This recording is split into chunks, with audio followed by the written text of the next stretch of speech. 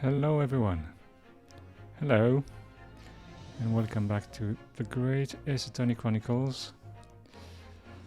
So, well, yesterday we made some progress on what actually happened. And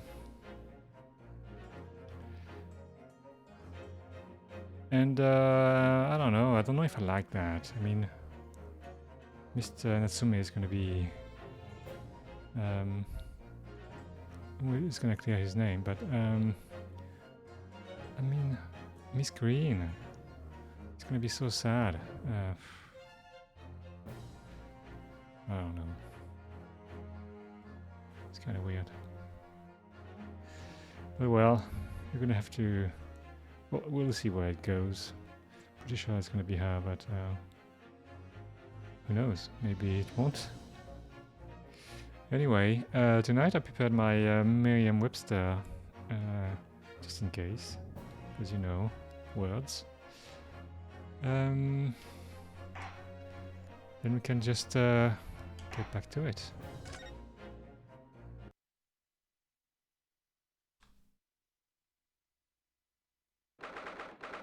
23rd of February, 11:32 a.m. The Old Bailey, defendant's antechamber. Joyful, jubilant, jumping jacks. Oh, he seems very happy today. Oh, Mr. Natsume, I'm so pleased for you. Oh, locum student Miss Naruhodo Squire, and non-locum judicial assistant Miss Mikotoba Squires. Oh, now, finally, at long last, there can be proof. Proof that I'm innocent, and proof that my team is innocent. Ah, good morning, my dear fellows. Ah, Herlock Sholmes. May you drink my tepid tea and fall forever silent. Wait, is the tea poison or not? I thought that she was innocent. Oh, Mr. Sholmes, you came. How wonderful. Oh, please, save your derision. I know what you're all thinking. Good morning, he says, when it's very nearly time for luncheon. Your scorn is written clearly across your faces. Nobody said any or thought anything of the sort. The truth is, I was determined that today would be the day. A sleep seduced me last night, I thought. Tomorrow, for once, I shall not oversleep. I'll rise early and be present in court to support my companions. Such spirited determination has a beauty all of its own, does it not? Oh, yes. And then I began to muse on the subject. Why do people oversleep? I queried. Why, time after time, do they make the same foolish blunder? And the answer came to me at once. It's so delightfully simple. People oversleep because they sleep. Well, that's not an astute insight into the matter. Yes? Oh, yes. Upon which realization, I attempted an experiment. I didn't sleep a wink all night. And the results. My first night, I was exhausted and began to be assailed by fits of drowsiness. Shocking. And so, the conclusion of last night's experiments is this. A good night's sleep is quite simply essential. Yeah, I think most of us probably knew that already. What other presuppose I proved by experimentation. That, my dear fellow, is a scientific method. Ah, yes. And one more thing. Do you remember this? Huh? Oh yes, of course. It's the poison that Miss Green was about to drink at the hospital yesterday. Oh, you didn't manage to. It was a laborious task, as the bottle was near empty, but such inconvenience do not hinder showrooms. I managed to confirm that it contained strychnine. Oh no. So I was right. Oh. I hope that wouldn't be. Perhaps. Though of course, such circumstantial evidence doesn't prove Miss Green's guilt. I shall leave the bottle in your care now, but licking the inside of the neck is not recommended. The bottle of poison has been entered into the court record. Bottle found in the possession of Miss Green, with traces of the slow-acting poison strychnine inside. Okay. Ah, could I have a word? Wait, who's talking? Oh. Gregson, how good of you to come. Forget it. Excuse me. Okay. Wait a minute, Inspector.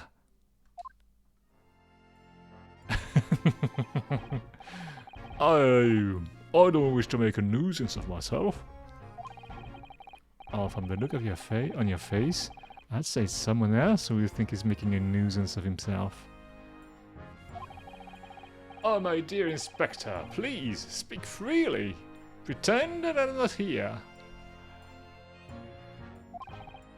Oh, believe me, if I could do that, my life would be a whole lot simpler for me. Oh, do you have the results, Inspector? Of the investigation at Mr. Shamspeare's room?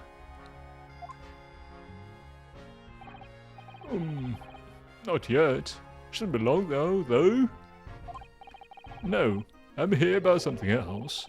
That dead convict, actually. Oh, you mean the man from this newspaper article we discovered yesterday in Mr. Shamspeare's room? Oh, a man by the name of... Oh, yes, Selden. I went through the archive at the Yard and dug out the fellow's file. There's something in there that... well, it caught my eye. Something caught your eye? What, Inspector? What? I've copied out the relevant parts for you, so you can read it for yourselves. Oh, thank you. The capital offenders file has been entered into the court record. Oh, we have to read that. Oh, these documents include the details that were in the newspaper cutting we found in Mr. Shamspeare's room. I rearranged everything in the court record so we don't have duplicate information.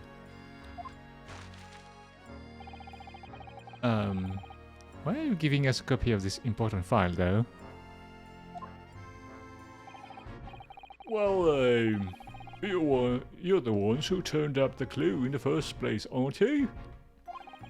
I'm just making sure things get handled in the proper fashion. Oh, Scotland Yard's workings are so wonderful. Indeed, my dear fellows. And the inspector here is a shining diamond in his crown. A shining diamond? In the rough, maybe? Look, I don't want to be beholden to a lawyer, that's all. Okay. Oh, wait, okay, waiting call, but I need to look at those. Okay, do we have anything special there? So, this is the poison we've been hearing so much about, strychnine. There are a few remnants on the bottle of the bottle here. Look. Oh, you mustn't be tempted to try it. Of course not. As long as we don't lose this trial. No. Even if we lose the trial. No. We mustn't lose the trial in the first place. Naruto-san. I'll make your mind up, Sato-san. Wait, can we see over there? No. Oh, the cursor is in the way. Okay, investigative findings related to Sheldon. 18 counts of burglary, 6 counts of suspected murder. Died of natural causes whilst in prison. His final moments witnessed only by his cellmate.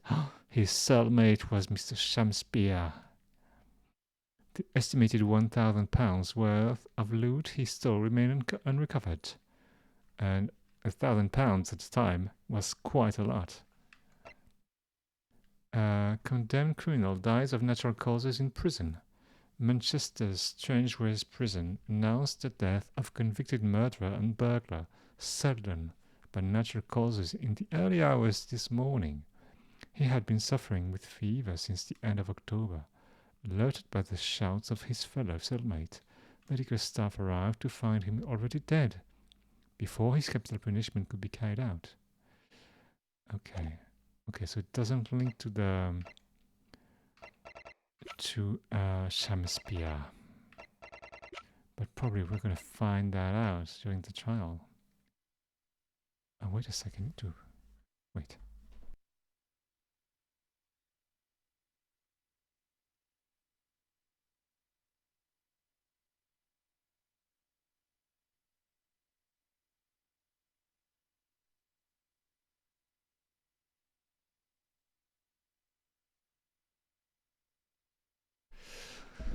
Alright, we're ready for the trial now. Counsel for the defense and the defendant. Court proceedings are about to resume. Make your way into the courtroom at once. Okay. Well, I shall leave you then. I'll be listening with interest from the public gallery. Not nodding off at all. Certainly not. Thank you, Mr. Jones. I'm rather tired of seeing Mr. Moustache in floods of tears, personally. So, the best of luck to you. Oh, look who's to that Mr. Naruto, Esquire. Yes, Mr. Natsume. Oh, it's time, isn't it? Oh, yes. This is it. Miss Olive Green and Mr. William Shamspeare. This is going to be the final battle.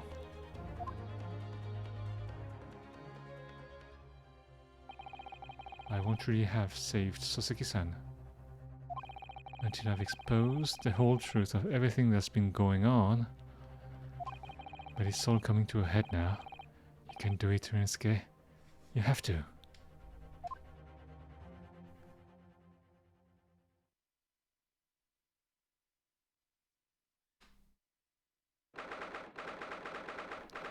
"23rd of February, 12:30 p.m. The Old Bailey's courtroom.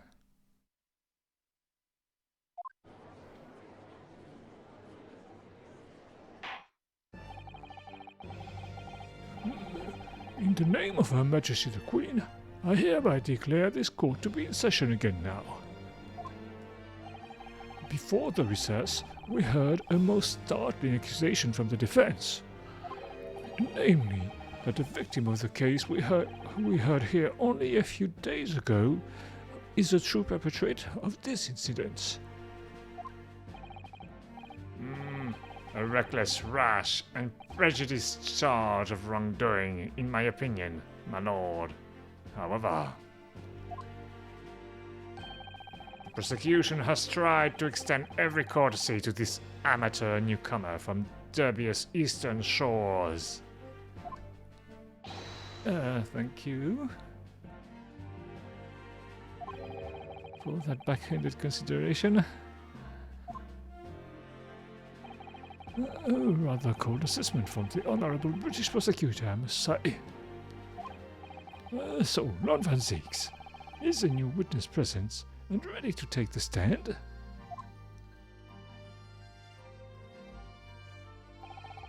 Ready and waiting in the witness's antechamber, my lord. Very well. Bailiff, bring the witness in. The witnesses in.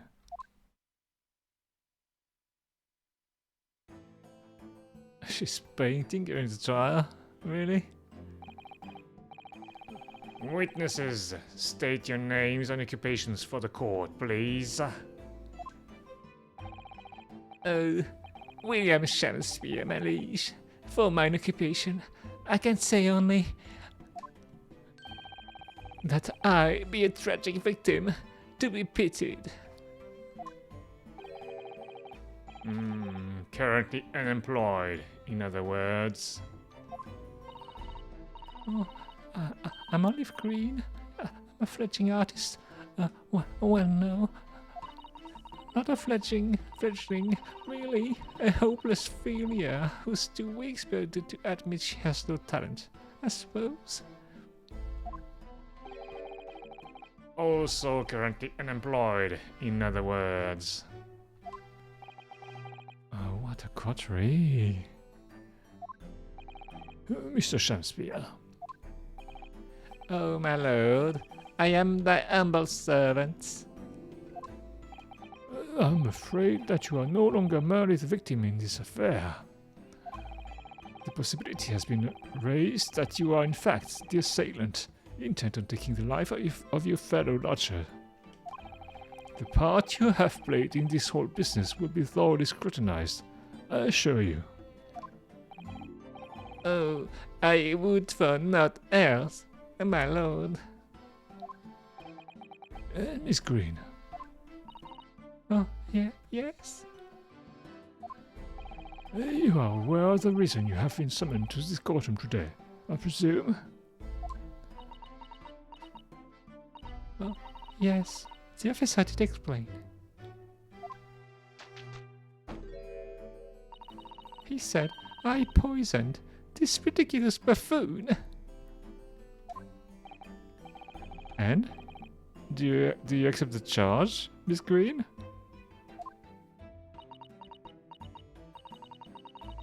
I don't know anything about any poisoning. And I don't know anything about this man.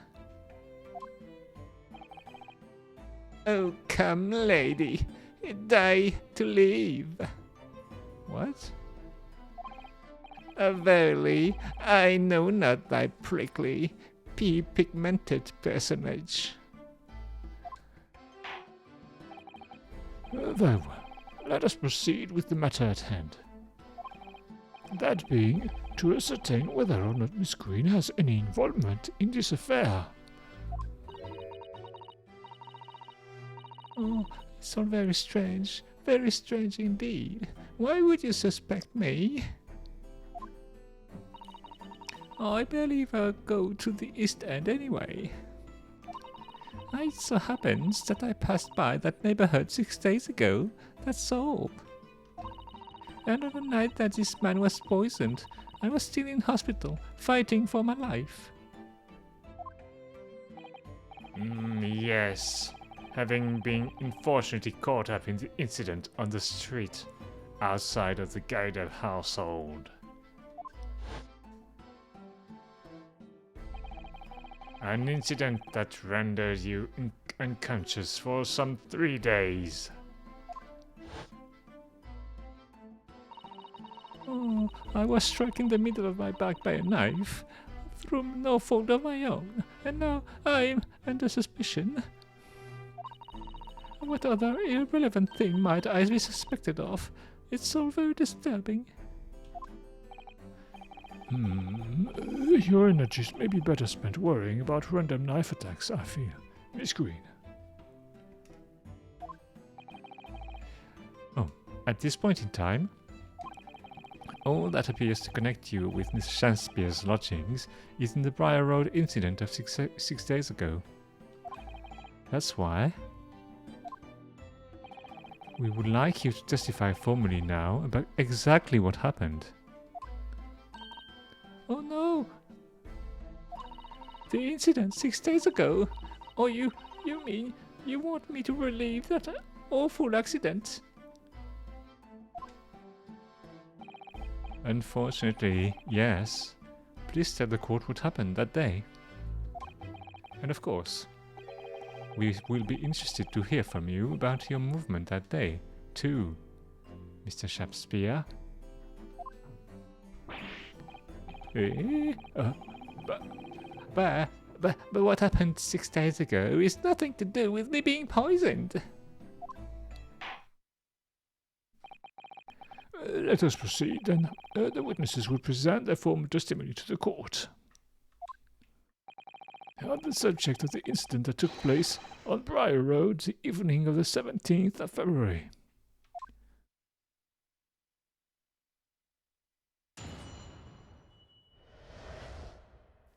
The evening of 17th of February. Oh, it was 6 days ago, at about 5 p.m. I was walking along in the snow when I was suddenly stabbed in the back. Coincidentally, Oh, is she painting her cheek? What? Coincidentally, it happened to be just outside the house where the men in this case have their lodgings. Oh, I was at the tavern on the eve of which thou speaks, for I had bespoke my supper. Oh, it was the first time I'd been in the area. I had a little matter to attend to, that's all. Anyway, I was admitted straight to hospital, so I knew nothing about all of this business.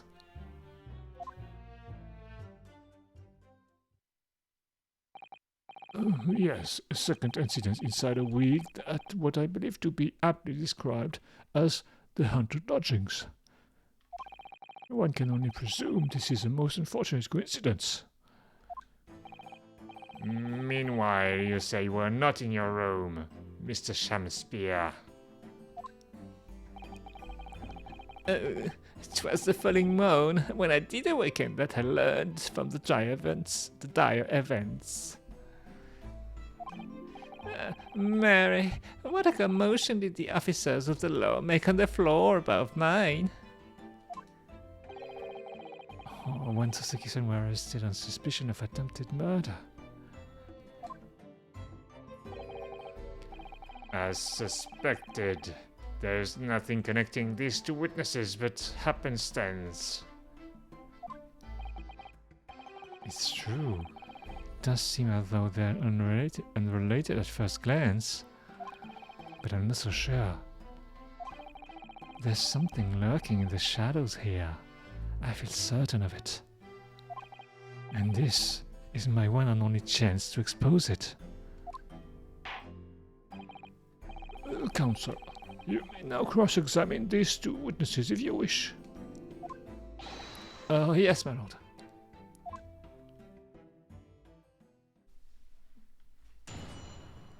Cross-examination. The evening of 17th of February.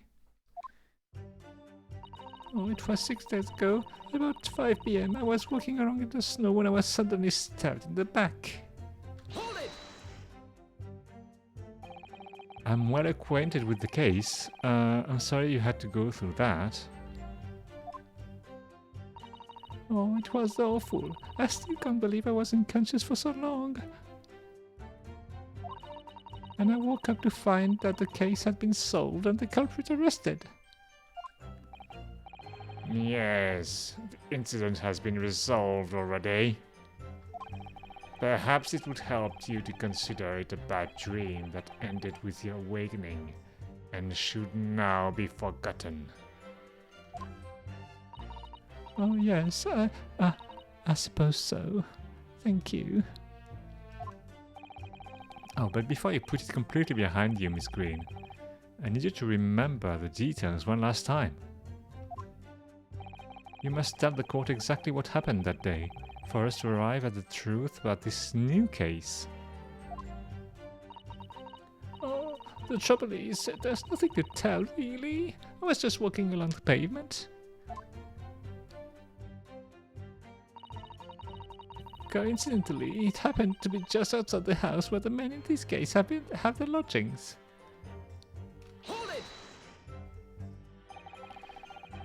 What were you doing there that day, though? Huh? What do you mean? The art school you attend. What's it called? Yes, it's the Thorndike Academy of Fine Arts. According to Mr. Schultz, that's just in the vicinity of Brixton Road, which is some 10 stops away from the scene on the underground. I believe you mentioned before that you also live on Brixton Road. Isn't that right? So why then would you have been walking on Briar Road in the middle of the East End? Oh, well, it's because, oh yes, of course. I thought it might make a nice picture. The witness is a student of art. City-dwelling artists can't all paint grand urban vistas.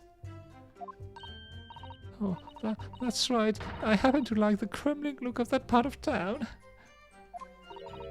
Oh, perhaps quaint would have been a less grating term. The point is, she's definitely hiding something. Oh yes, it seems she's not going to be forthcoming with the truth.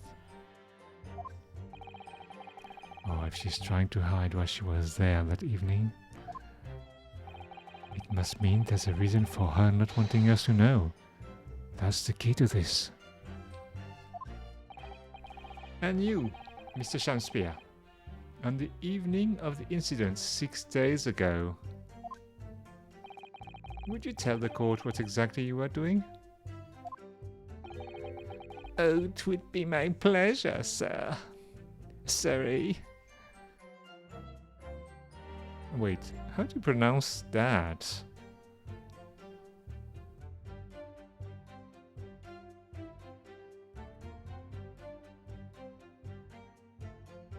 Sir.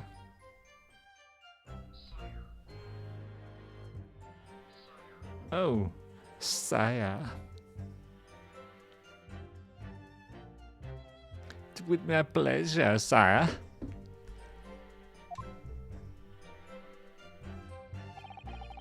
I was at the tavern, on the eve of which thou speakst, for I had bespoke my supper. a tavern, you say? Which one? Oh, it was the Slag and Salad where I did tarry.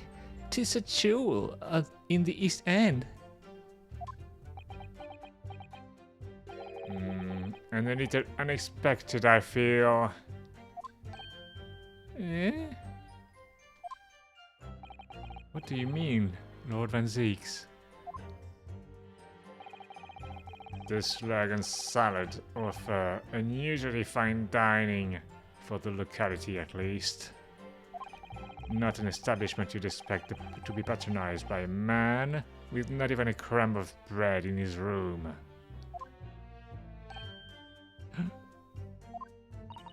Oh, it's true. The menu lists premium crusts of bread and glasses of water in different levels of cloudiness. Wait, what?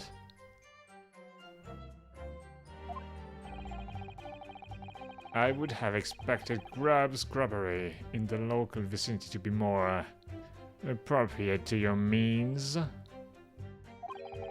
Water soup and mushy peas, or rather, soupy water and pea-like mush. Oh, equally appetizing. Oh, I just wanted to try some water in a different pub for once. What's wrong with that? How different can water really be? Oh, perhaps there's a more plausible explanation. More plausible explanation? A specific reason why he had to go to that particular establishment. Agreed. The fact that on that day, of all days, he dined at a place he wouldn't normally, it does stand out.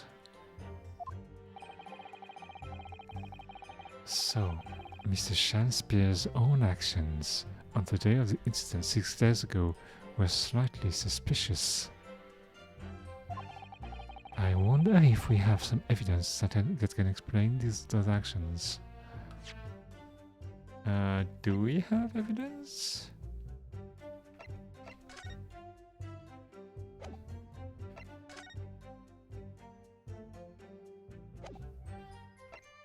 Not the soap, not the envelope, not the teacup, not the 4 grams photograph, not the medical report, not the gas meter, not the handprint on the wall, not the hidden photograph, not the bottle of poison.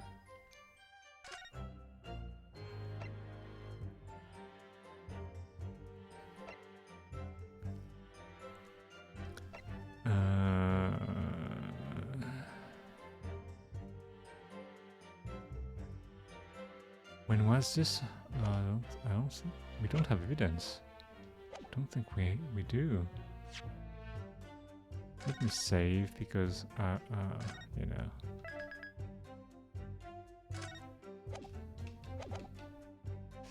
Not at the moment. We don't have evidence. I wish we did, but sadly I can't think of anything at the moment. Oh, if we find a clue that would explain why Mr. Shakespeare went there, we must present it to the court. Oh yes, absolutely. Is that all on this matter, Counsel? I would ask Miss Green to reiterate her next statement. Oh, it was the first time I'd been in the area. I had a little matter to attend to. That's all. Hold it!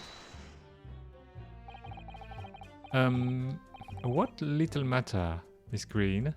Please elaborate. Oh, it was nothing really. Oh, it's not worth mentioning. If you remember, you mentioned it to us yesterday at the hospital. Oh,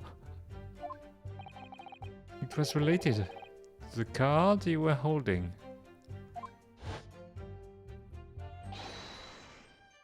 Miss Green.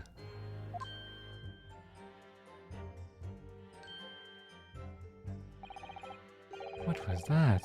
She clearly just hit something behind her back.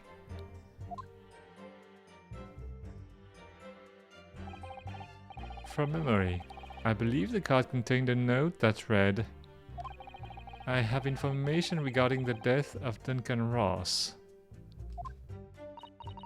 Oh, what does that matter?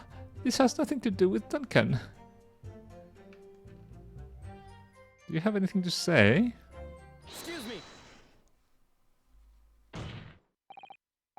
Mr. Shakespeare, do you have something to share with the court?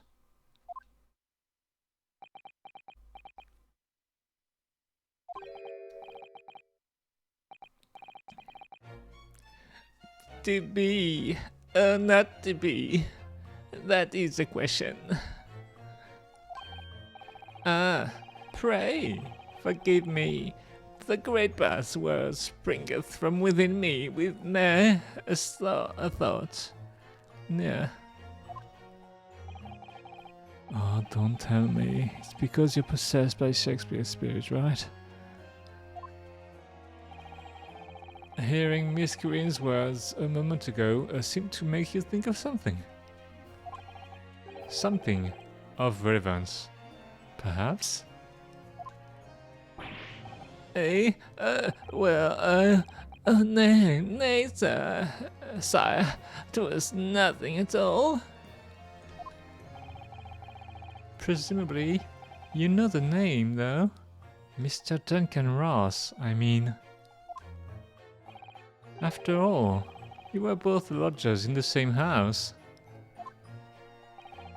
Oh, I would it were so. What? I would it were so, but sadly nay. On lodging be a lonely occupation, sire. My lodging fellows be rarely known to me. So you haven't heard of him, even though he passed away in the room just one floor above yours.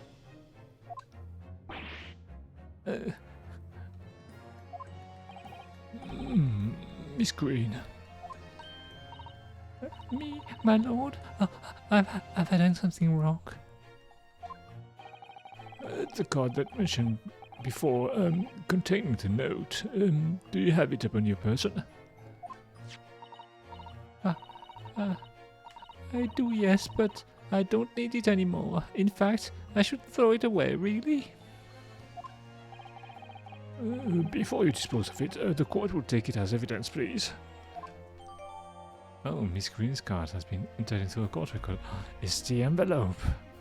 That famous envelope. Of course, that's what links Mr. Shakespeare and Miss Green. We need to look at the envelope.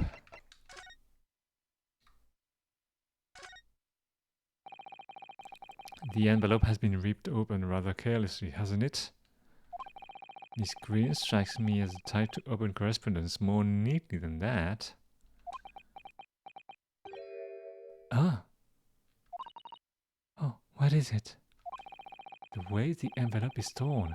I'm almost sure I've seen that exact same shape somewhere else. Ah, where could we have seen that, I wonder? Oh, you don't mean... Were you thinking of this piece of evidence? Naruhodo-san. Exactly. That's it. Try to match them up. What? Oh, they go together perfectly. This torn off end of the envelope clearly belongs with this card. The details of Miss Green's card have been updated in the court record. A note in an envelope that seems to have been ripped out open rather roughly. The envelope fits perfectly with a torn off piece found at the scene of the crime. How... I mean, what are the odds? The details were torn off... Oh, okay.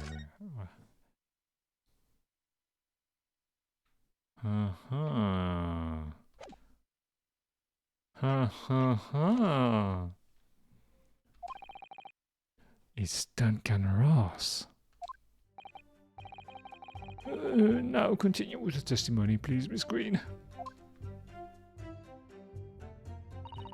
Anyway, I was admitted straight to hospital, so I knew nothing about all this business. Hold it!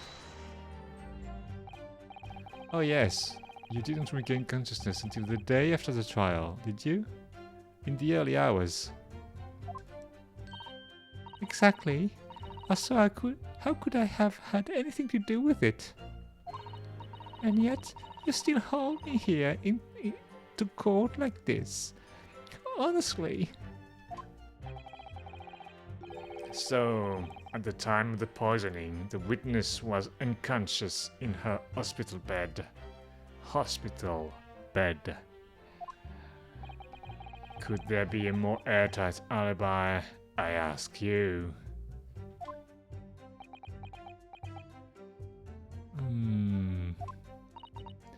And yet, in spite of that, you claim that I was a culprit.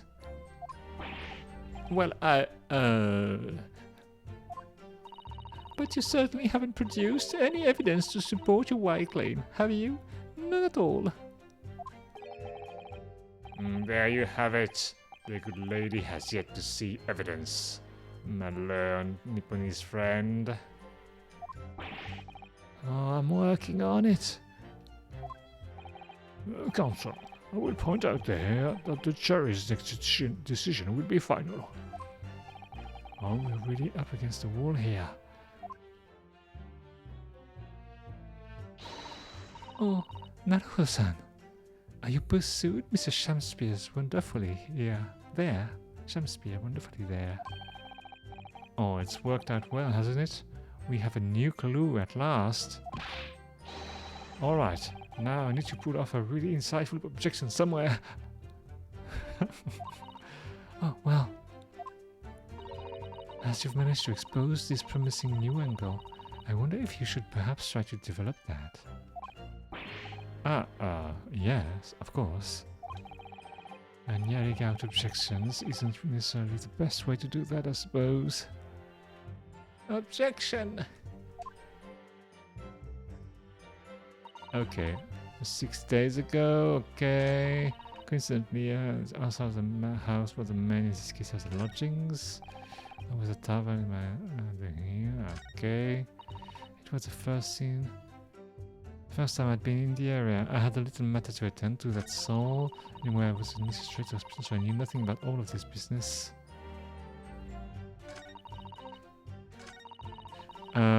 And the question is, which phrase am I supposed to object to? It was the first time I'd been in the area.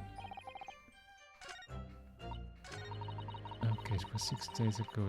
It's not that. Coincidentally, it happened to be just outside the house where the man in this case has their lodgings. Could be this one because it's not a coincidence. It was a tavern on the eve, there's big stuff. For I had bespoke. Wait, what was the content of the letter already? Can we not read the letter anymore? Oh, that's very annoying. So it doesn't matter. It matters that it's linked to his place. That's the first time I've been in the area. I had a little matter to attend to, that's all.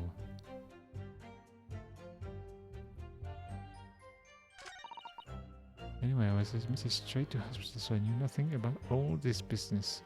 All of this business.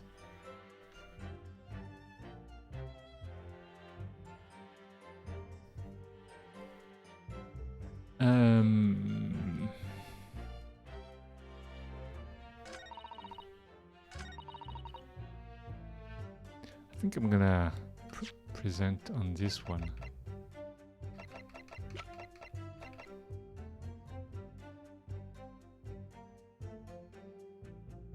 Objection! Oh no, that's not it. There are clear grounds for being suspicious of that last statement. I'm sorry, Counsel, but I have to see why. Well, you know, I was just playing Devil's Advocate. Oh yes, you do appear to have something of the devil in you, Mr. Naruto. Oh no, says the man merely dishing out penalties. Oh dear. Oh no, no, no, no, no. That's not great.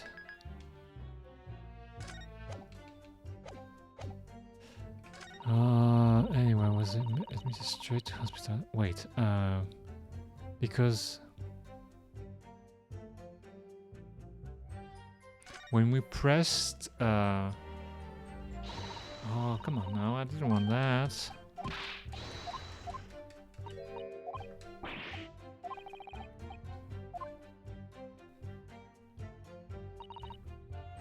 So, do we mean we have to...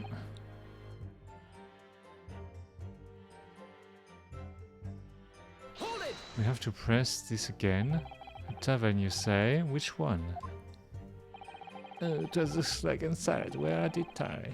'Tis a jewel in the East End.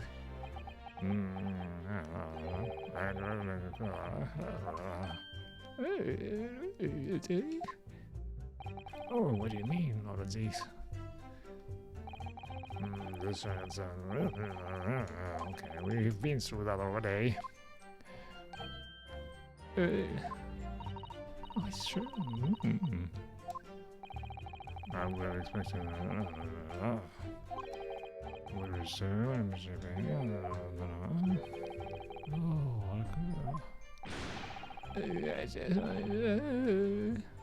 What's wrong with that?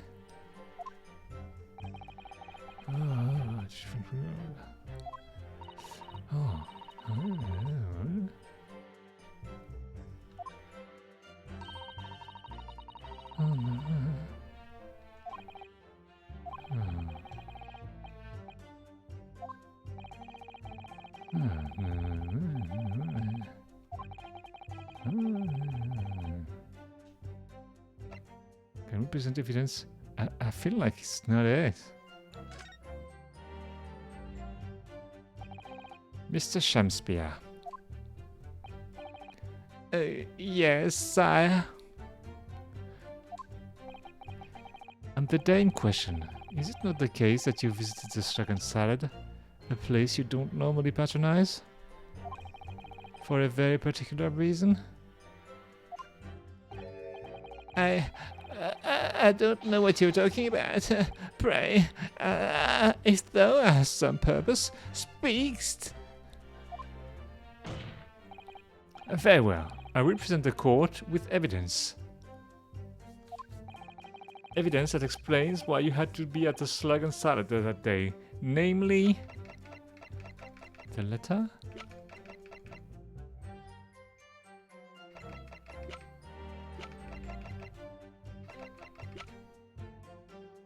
Take that! It's not gonna be it. It is. I believe this card reveals the answer. Good lord. Miss Green's cards, you mean? That's right. My lord, it reads: I have information regarding the death of Duncan Ross. Come to the Slug and Salad and Bar Road at 5 p.m. on 17th.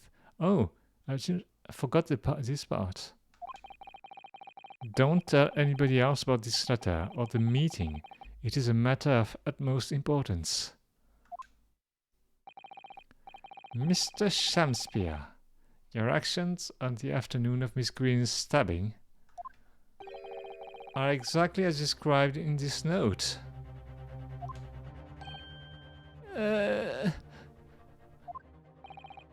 Personally, I find it hard to believe that's a coincidence.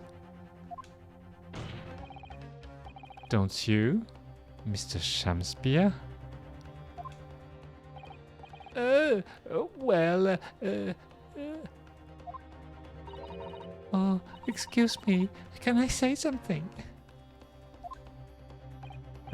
Yes, Miss Green? That card was delivered to me. It doesn't have anything to do with this odd man, does it? Well, you think so, yes, but it's hard to believe it's merely... My lord, may I? May you what, Miss Green? I'd like to make something very clear about that card. Very well then, you may amend your testimony to include details about the peculiar note. This note was delivered to me at my address. It's nothing to do with the odd man next to me here. Okay, let's press that. I think you said you received it the day before the incident, didn't you? Yes, that's right. There appears to be no indication of the sender's name or address on the envelope. Oh, it was in my letterbox, and that's all I know, I'm afraid. I've no idea who sent it. I have information regarding the death of Duncan Ross. Who is this Duncan Ross, please? A friend of mine. He attended the same art school as I do.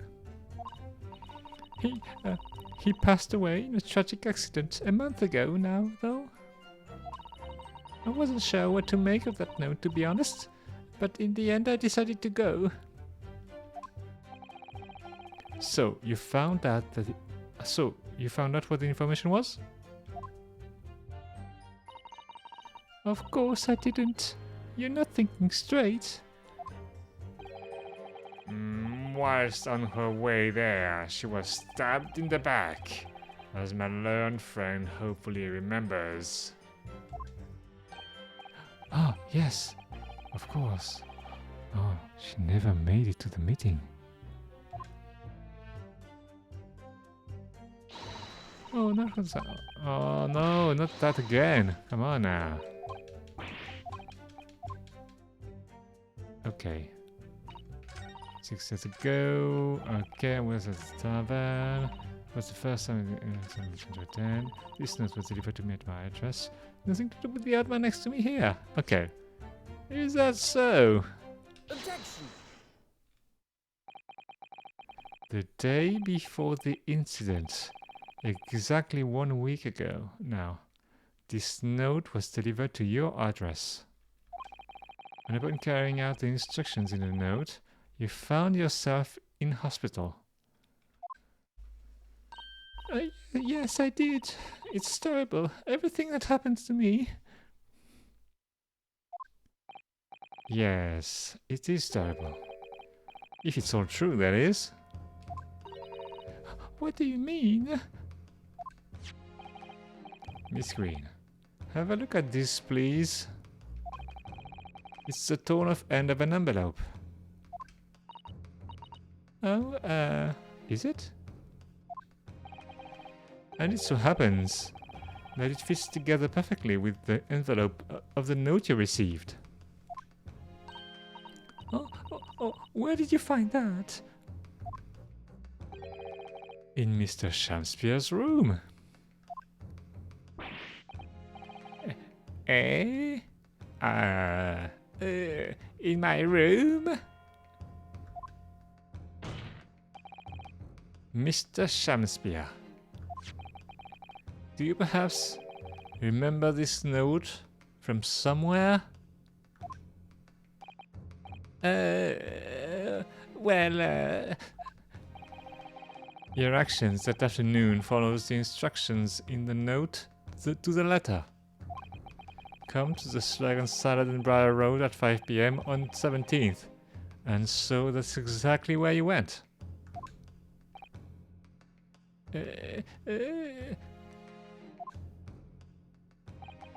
Let me ask you again, Mr. Shakespeare.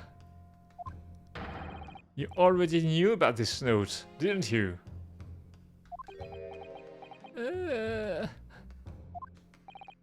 And you, Miss Green. what did I do? As the stone of envelope at the stone of end of the envelope proves, the note was originally in Mr. Shakespeare's room. So, how is it that it came to be in your possession? I don't have the first idea. I'm just a fledgling artist after all.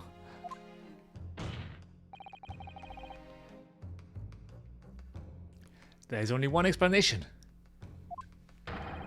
You broke into Mr. Shakespeare's room and stole it.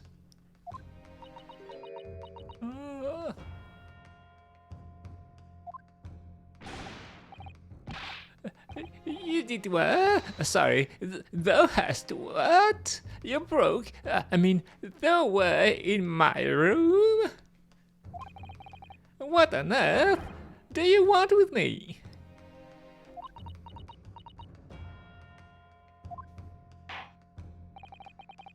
It would seem that both witnesses need to testify again.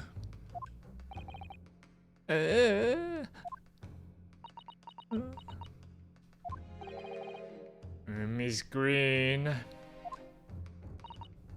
Yes? whilst you have the coarse sympathy, I'm sure, for the suffering you have endured in recent events, anyone found to be giving false testimony in a court of law will be duly punished. Please bear that in mind.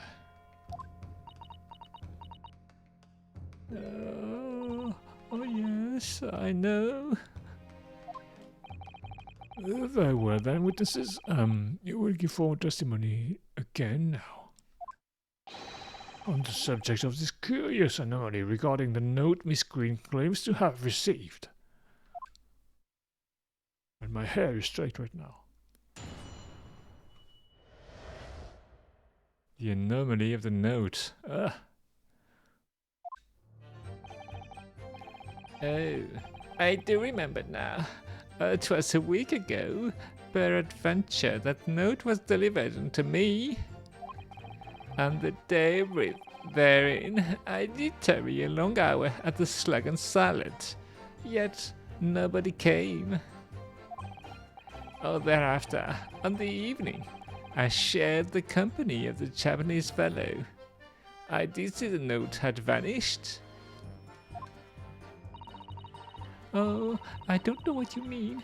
You think I snuck into this man's room, do you? Why would I?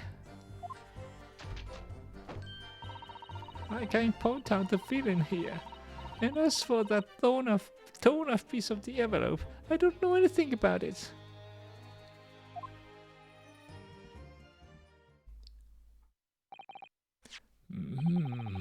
You claim to have received this letter, do you, Mr. Shakespeare? Faith, 'tis so, my lord. And I would swear to have set it upon the table in my humble lodgings. Yet, it is clear to me now that since I returned from the tavern that night, I have not laid eyes upon it. Well, that being the case, young lady, it would appear that your testimony was, A lie? Is that what you think? How unfair of you to think I'm the one lying. beg your pardon. I'm just a fledgling artist, as I said. And fledgling artists don't lie. What? Is that a fact? That note was delivered to me at my address. Besides, we all know who the liar around here is. If that's true, Miss Green, how do you explain the facts? This part of the envelope was, without question. I don't see why I should explain. Sorry? I'm a fledgling artist. My job here is just to say what happened. That's all. It's your job to give the explanations and the proofs. And you, the fledgling lawyer. The fledgling will do his best.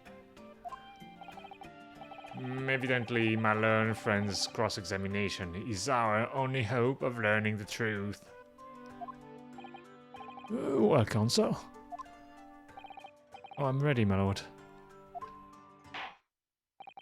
Very well then. The defense will now proceed with the cross-examination of the witnesses. Oh, Miss Green clearly did break into Mr. Shakespeare's room. There can be no question of that. And that's how she acquired the note. Ah yes, two facts that are starting to lead me to a possible explanation for all of this.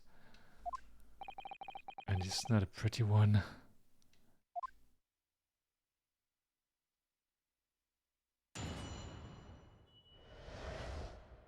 The anomaly of the note. Oh, I do remember now. It was a week ago, peradventure. That note was delivered to me. Hold it! And can you shed any light on the contents of the note at all? Oh nay, sire. 'Tis as strange to me as the foreign tongue. Even with a knowledge of literature as great as mine, as my own, verily, 'tis impenetrable. But Mr. Duncan's Ross has had lodgings in the same household as you. In effect, he was your neighbor. So surely you knew him, didn't you?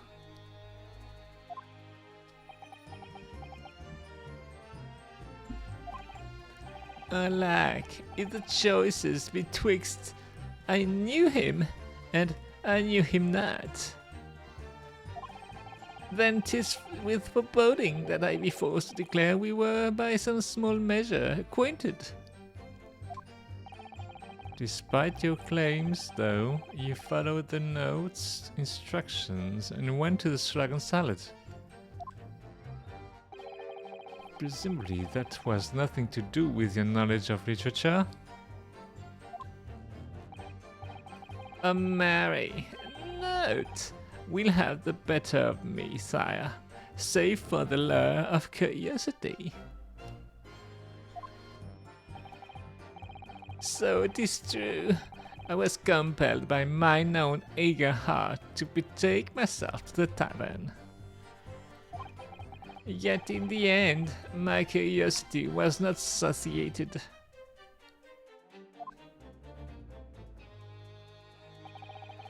On the day therein, I did tarry a long hour at the Slug and Salad, yet nobody came. Hold it! So even after waiting for an hour, nobody appeared. Well, yes, sire, 'tis as thou sayest. Really? You paused for a moment before you answered. Oh, in truth, when thou asked whether nobody appeared, I did suddenly recall. Really? Do you mean to tell the court that somebody did appear after all? Oh, I was not alone that night at the second salad, my lord. No, 'tis returning to me now. Oh yeah, like you could have forgotten.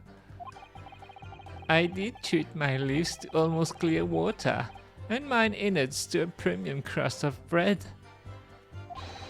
And all around me danced a great many companions. What do you mean? Flies, sire, flies. Oh, good lord. In the name of Beelzebub, what were they? Beelzebub? What? Beelzebub? Fairies, perchance, from a midsummer night's dream, come to taunt me. Oh, I think they were just flies.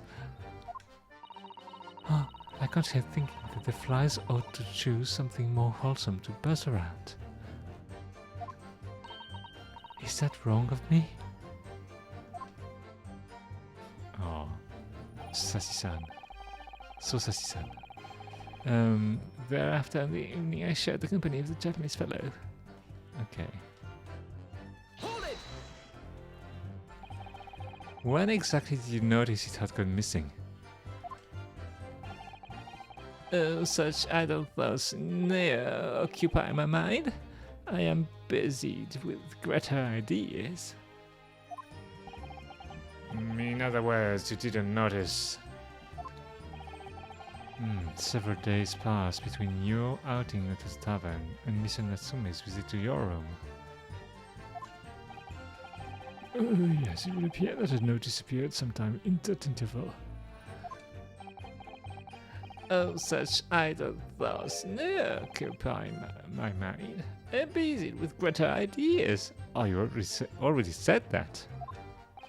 And yet during that time, Miss Green was comatose in hospital, was she not?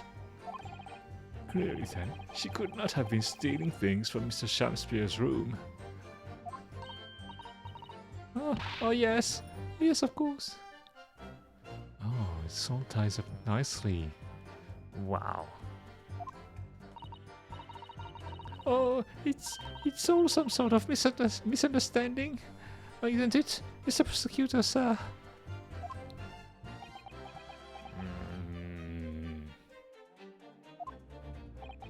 You have so far failed to give a satisfactory explanation as to how you came by the note. Huh? I am not here to advocate for your defense, madam. I won't tolerate inconsistencies in your stories. You would do well to remember that. Oh, dearie me. What's Lord Vanzig's getting at?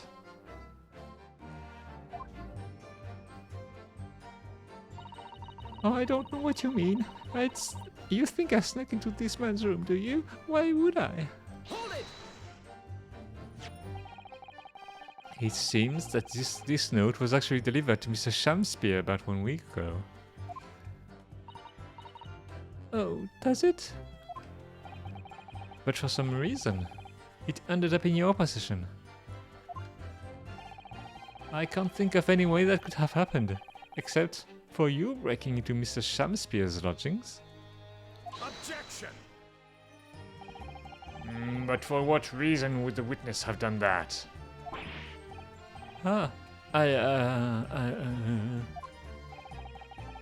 won't deny that Miss Green's possession of the note would appear to defy logic.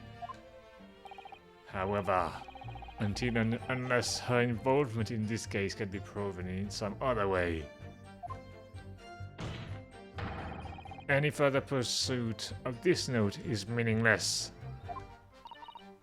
Oh, Miss Green could only have come to be in possession of the note by stealing it from Mr. Shamspeare's room.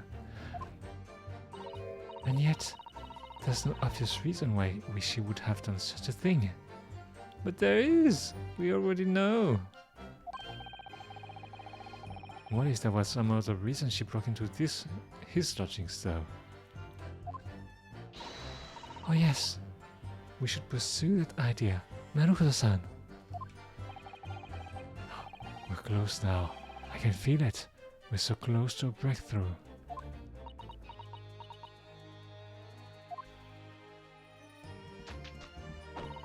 Oh, I can't point out the villain here. And as for that torn off piece of the envelope, I don't know anything about it. Hold it!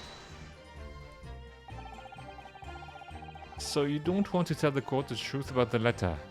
Is that it? I'm a fledgling artist, remember? Artists are nearly always introverted characters. Oh, introverted, far. This fledgling doth really cast aspersions about my nature. Yet, I am an angel, a seraph. Birds do harmonize with my song. The wind doth frolic on my wing. He's got a single wing? Oh, pity. Wherefore dost thou accuse one so pure of heart? Emperor woman? Oh, pure of heart? I don't think so. Even a fledgling like me can see you're just a failure. Oh, tragedy. Thou shalt not know the true heart of an artist until thine destruction hereafter by death. What? Oh, the days! Oh, the years! Alas, to enlighten thee, thou must wait so long, and in vain. Oh, Naruto-san, interject with some clever remark. What? Oh, this is your chance to shine. I'm no Shakespearean actor, Soto-san. No, as far as I can tell, the only thing that's going to resolve this argument is evidence. Oh, it's evidence, yes. Oh, it's clear that Miss Green did in fact break into Mr. Shams's room, isn't it? And that's where she found the shutter. Ah yes, two more or less foregone conclusions that lead me to one terrifying conclusion. Terrifying? Yes, I'm afraid to say that the outcome of this cross-examination may well change how we look at this case completely. Okay, so we have to... Okay. I think I sent it to this man's room. Why would I? Oh, we got to present the poison. Oh dear.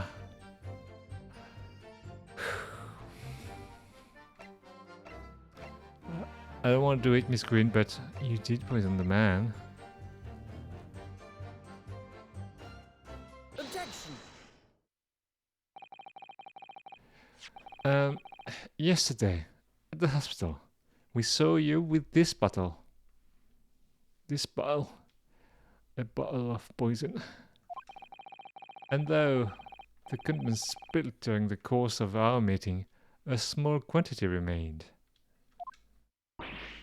Oh,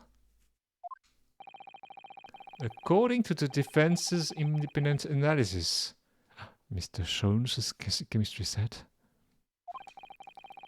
the liquid that was still in the bottle was identified as strychnine. What? Strychnine? The very same poison that affected Mr. Shakespeare.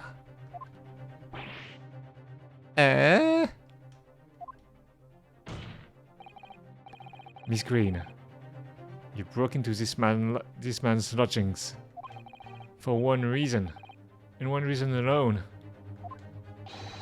To cover the end of the pipe that feeds the gas lamp into Mr. Shakespeare's room with poison. Sorry. Can this be? you broke into my room to...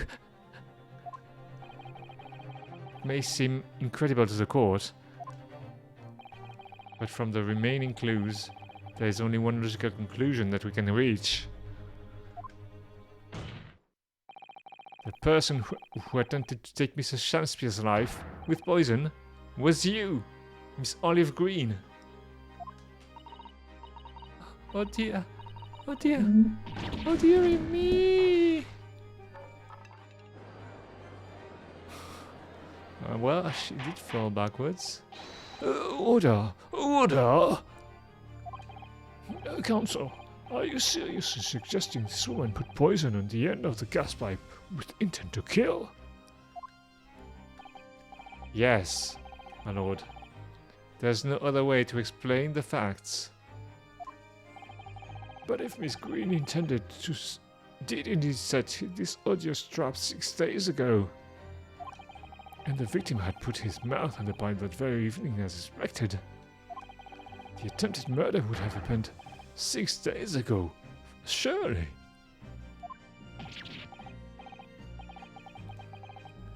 Well, that's a very good point.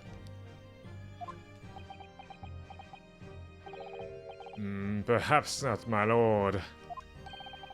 I beg your pardon? There was a significant police presence in the area that evening, on account of the incident on Bar Road. Local residents were being interviewed throughout the night as part of the ongoing inquiry. The circumspect criminal would likely have chosen not to carry out any wrongdoing at that time.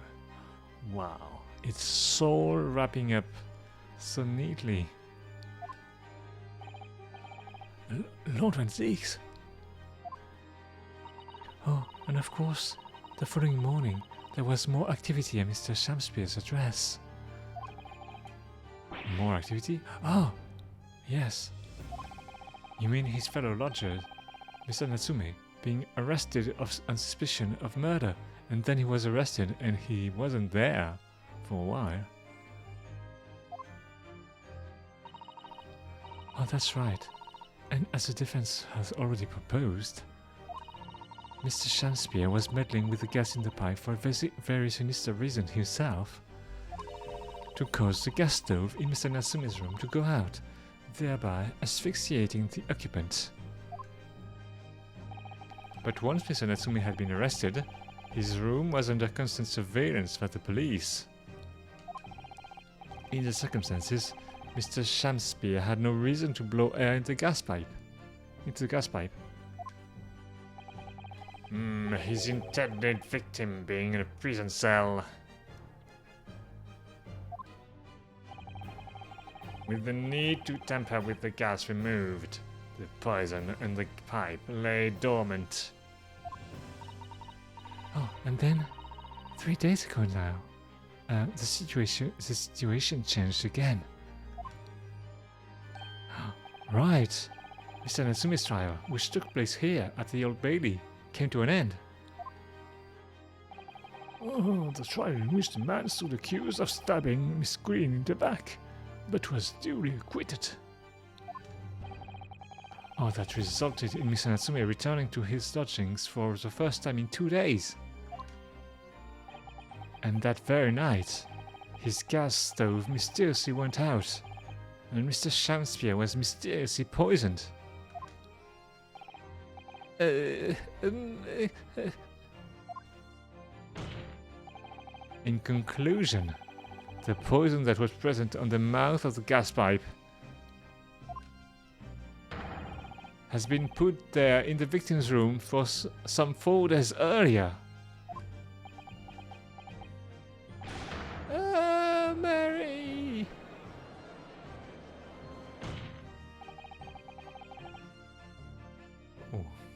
Oh, with that new understanding, it becomes clear that this letter was all part of the plan. What plan?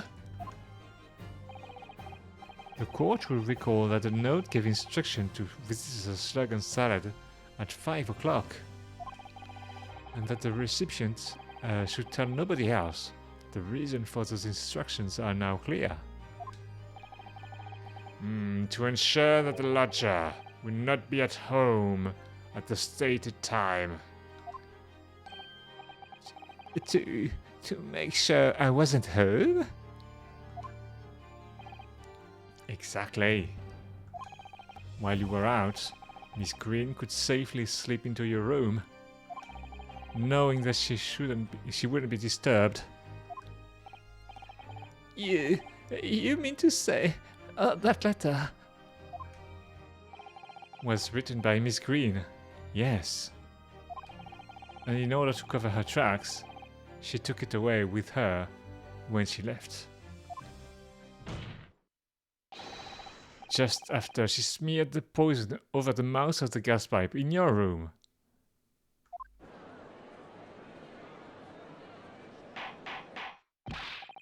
Order! Order!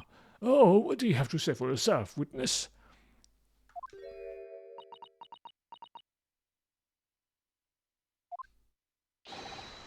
Oh, just who are you? Why did you try to kill me? Miss Green's motive should be obvious.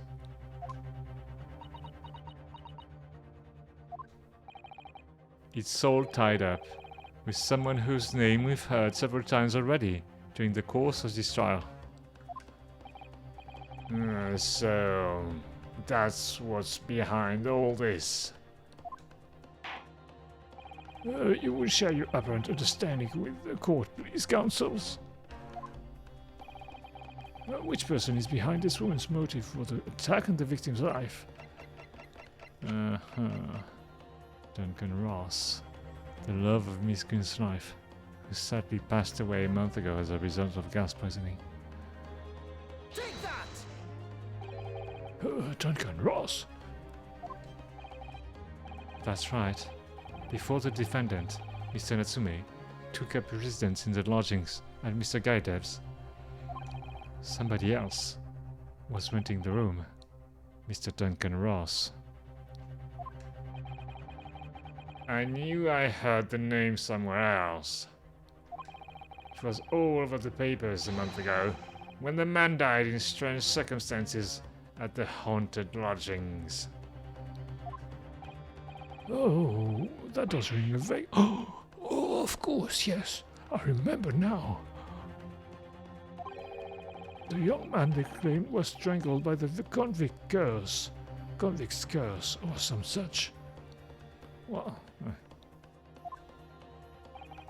Sadly, my lord, it wasn't a curse of any kind, nor was it an accident. The man died as a result of Mr. Shamspeare blowing into the gas pipe and causing gas to leak into the room.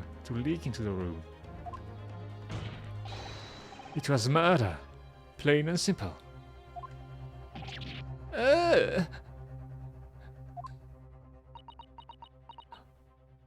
She gonna say something?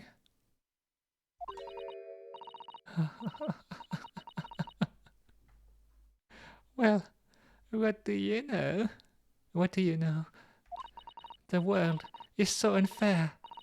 Curses, curious death. That's all people care about. if it's an interesting story, they want to know. It doesn't cross their minds that real people are involved. Oh, it's gonna be the sad part. And once they're bored, just 1 month later, once the story's lost its appeal, everyone's forgotten him. You mean you? Duncan was. Mr. Ross was Miss Green's fiancé. Fiancé? You may not have known until now who Miss Green really is, Mr. Shakespeare. But she's known exactly who you are all along. Because you're her sworn enemy. The murderer who took the life of the man she was to marry. Mary? Miss Green, is it not the case that in order to exact revenge on Mr. Shakespeare, you smeared poison over the end of the gas pipe?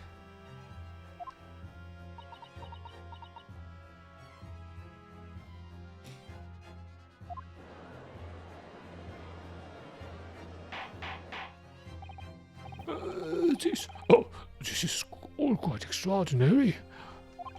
Am I correct in my understanding that you now accuse both parties, counsel? Very astute. Each on different counts of murder?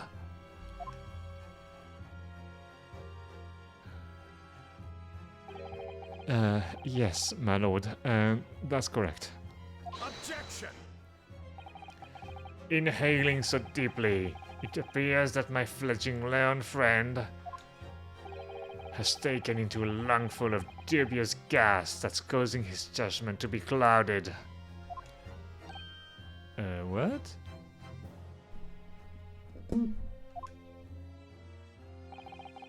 Why would Mr. Shakespeare have wanted to kill these lodgers, as you say? You have completely failed to provide a motive to substantiate your accusation against the man. Oh yes, that's right, Mr. Ripper, my liege.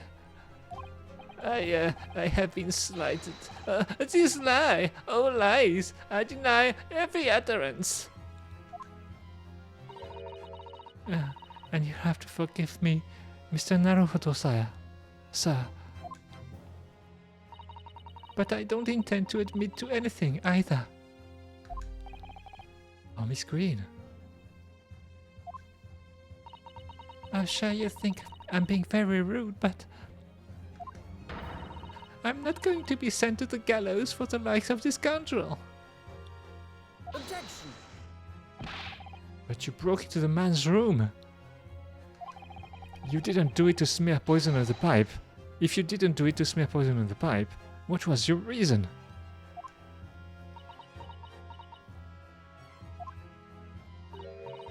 Oh, I thought I'd have a look around. That's all. Sorry? Oh, you're right. I suspected him. So I thought perhaps I might find some evidence or something in his room. Evidence that it was him who took Duncan's life. Oh, vileness! Oh, villainy! Oh, tyranny! Oh, rotundity of woman! But in any case, whenever I leave my room, I do turn the key in the lock.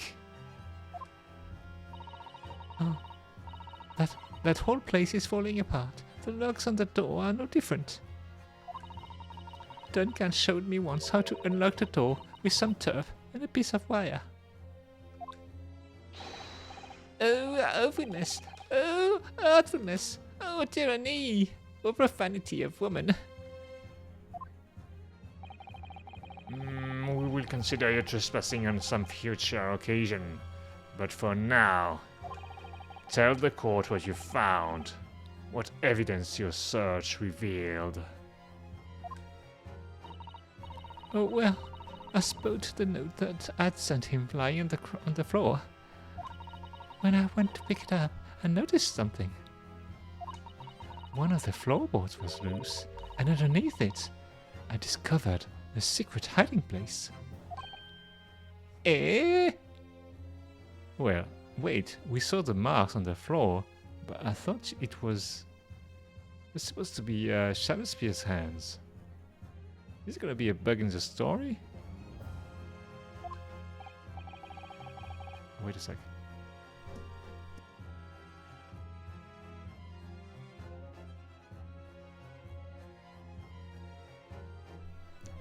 Ah yes, we also discovered that hiding place. Oh, it was, I think it, oh, okay. It must be Shamspear's hiding place. Okay, so he put the things in there. Oh, inside we found a newspaper cutting, a photograph, and an empty tin box. Oh, yes. Well, the thing is, when I found it, the box wasn't empty. What? There was something in it? Yes.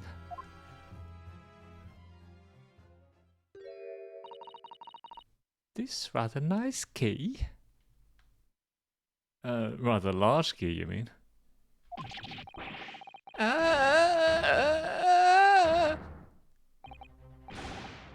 What are you doing with that? What the?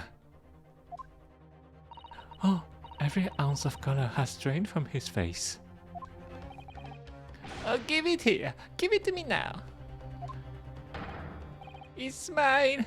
I inherited it.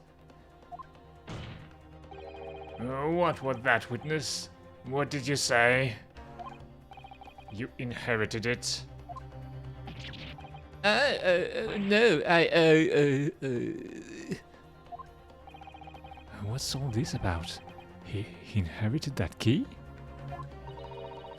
Oh, it was obviously important to you, so since you'd gone to such lengths to hide it, so I took it. I don't know what it's for, but you took something precious from me, so I took something precious from you. So what if it means you can't open something now? I don't care. Oh, give it back this minute. Give it to me. Calm yourself, witness. Oh, so Mr. Shamspear has tried, and in one case succeeded, to take the life of 2 lodgers now. Ah yes, his motive for doing so is the key to everything that's happened. It's true that there appears to be no motive to support the accusation against Mr. Shamspear at first. But considering everything we now know, I think there is actually something that could explain it. What? Oh, I need to recall every piece of evidence at our disposal, everything we've seen and heard. Because I'm sure that I just caught a glimpse of the link that runs through all of these events. In that case, counsel, I'm assuming that you present evidence to the court in support of your claim. What is it that you say can explain the motivation for Mr. Shamspear's alleged crimes? Okay, that's the notes. Okay, let's have a look. 18 counts of burglary, died of natural causes, estimated £1,000 worth of loot he stole remains unrecovered. Okay, we're gonna learn that he was cellmate. Natural causes. Okay, that's the thing. It can only be this. Take that! That's an official police report, is it not? The Selden file. How did you get a hold of that? Selden? The now sadly deceased Mr. Ross and the defendant Mr. Natsume have only one thing linking them. The fact that they had lodgings in the same room. Well, yes, we know this certainly. A room that was formerly occupied by Selden. Until that is, he was arrested by Scotland Yard for his involvement in multiple burglaries. Oh, I see. And it so happens that the convict Selden left behind one very substantial mystery when he died. The sum £1,000 worth of loot that he stole, which has yet remains to be found. Oh, yes, of course. It's coming back to me now. Oh, it's written in his file here. It's written. £1,000 lost en route to hell. That was how the papers summed it up. And it seems that one particular fellow inmate was with the convict in his final moments. It's not hard to imagine Selden entrusting that inmate with his most closely guarded secret. The location of the stolen loot, and perhaps a key to unlock whatever container the valuables were in.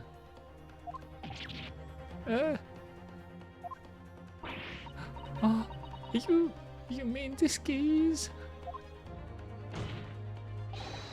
Mr. Shamspeare, it was you, wasn't it? You were at the capital offender's side when he died, were you not? What are you talking about? Tis a false charge, I tell you! A false charge! The name of the inmate who was with Selden at his death isn't noted in this file. But a simple telegram to the prison where he died would quickly tell us how false the charge really is.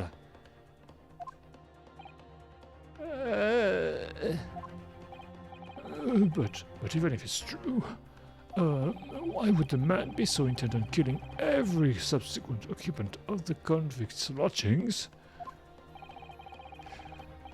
There's only one explanation for that, my lord. It was in that very room that Selden hid his loot.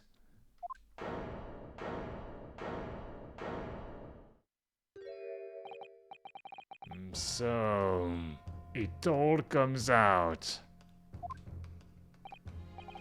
Yes, and having established that... Oh, I mean, what? He was very unlucky because, I mean, Mr. Natsume, being a recluse, never getting out of his place, there was no occasion for him to go when he wasn't there. Well, not much. Yes, and having established that, all of Mr. Shamspeare's subsequent actions start to make perfect sense.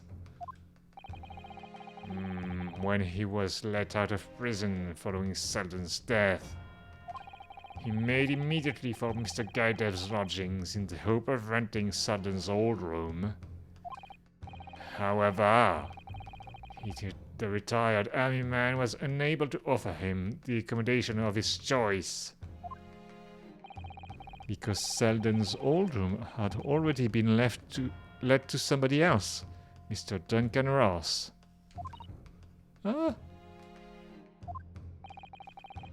Which is why Mr. Shamspeare subsequently devised his gas-based plot to kill the occupants of the room.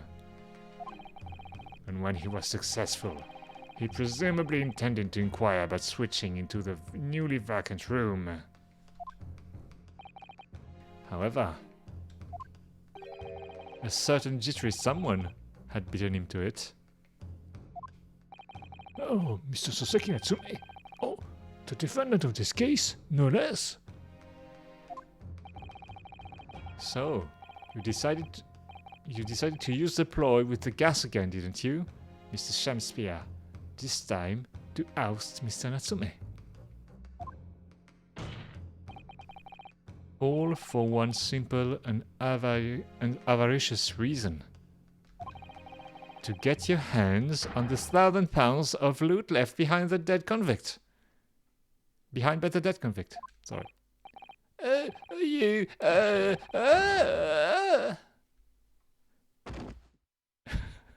What?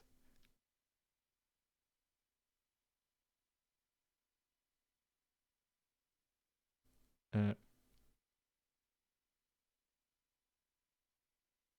looks like... Well, listen, I want you to have me loot. Oh, anything to stop the coppers getting their mitts on it. Oh, it's hidden in the room where I was lodging when they got me. Here, this is the key to it. Take it. Always stay one step ahead, mate. See you in hell, I guess. Some spear. Ah, well, I didn't really know what voice to do. All the bandits still speak the same. It's mine. What? What did you just say? It's mine. The loot is mine. The loot is mine.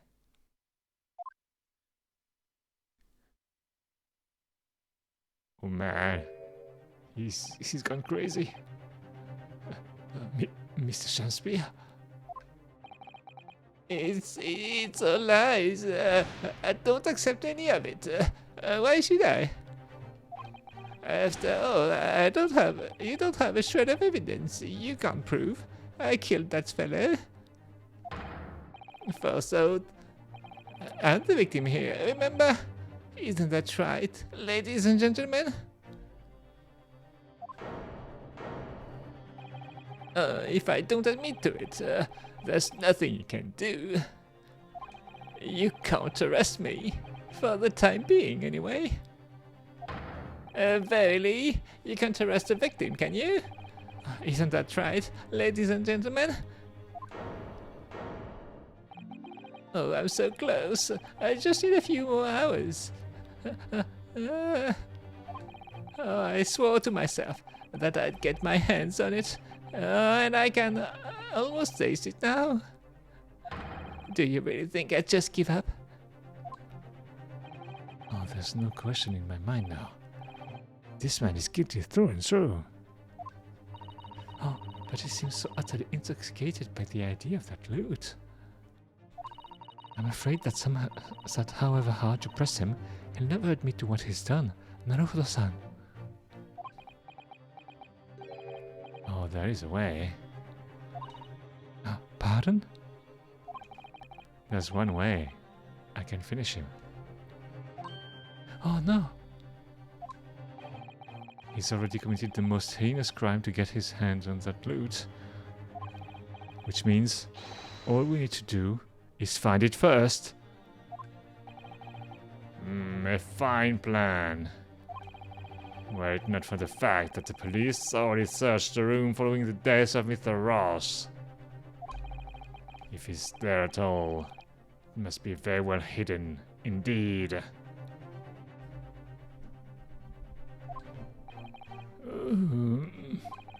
Without conclusive evidence, I certainly can't rule.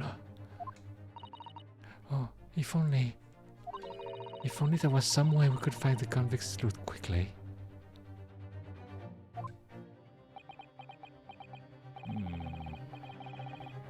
This is the final piece in this complex puzzle. But I think we might have it in our possession already. Or rather, I think we may well have something that can help us find where that loot is hidden. In the gas meter! What? Wait.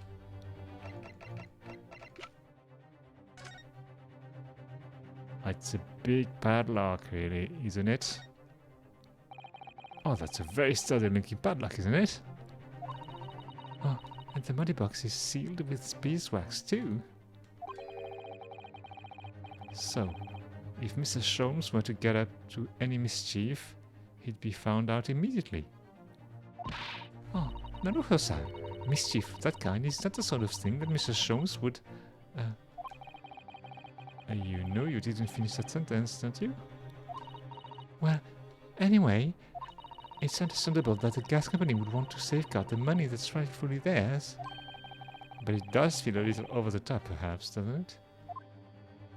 Okay, so I'm pretty sure I've seen that. But what's weird is kind of weird. I mean, the gas man would find it, really.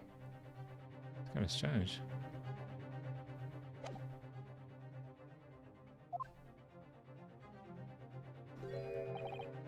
My lord.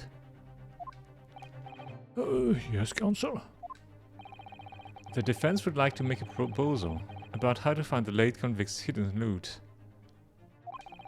I believe we are already in possession of something that could give us a clue as to its whereabouts.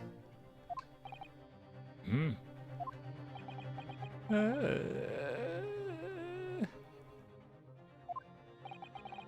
It's our last chance, so it has to be worth a gamble. Besides, we've used the same techniques once already, and it definitely paid off then. Very well then, Counsel. Let the court hear your idea. What do you propose we can use in order to locate the hiding place of the deceased convict's hole? First, we're gonna save, that's what I'm saying.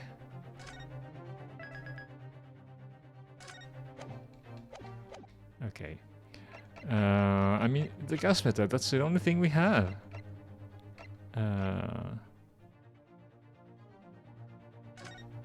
Oh, there's nothing here. No, there's nothing. It's only that. That's the only thing we can use. Take that! This is my proposal, my lord. Oh, it's not that. Oh dear. Good gracious, we can use that, can we? Objection! I have another idea. Stop wasting the course time with this senseless rubbish.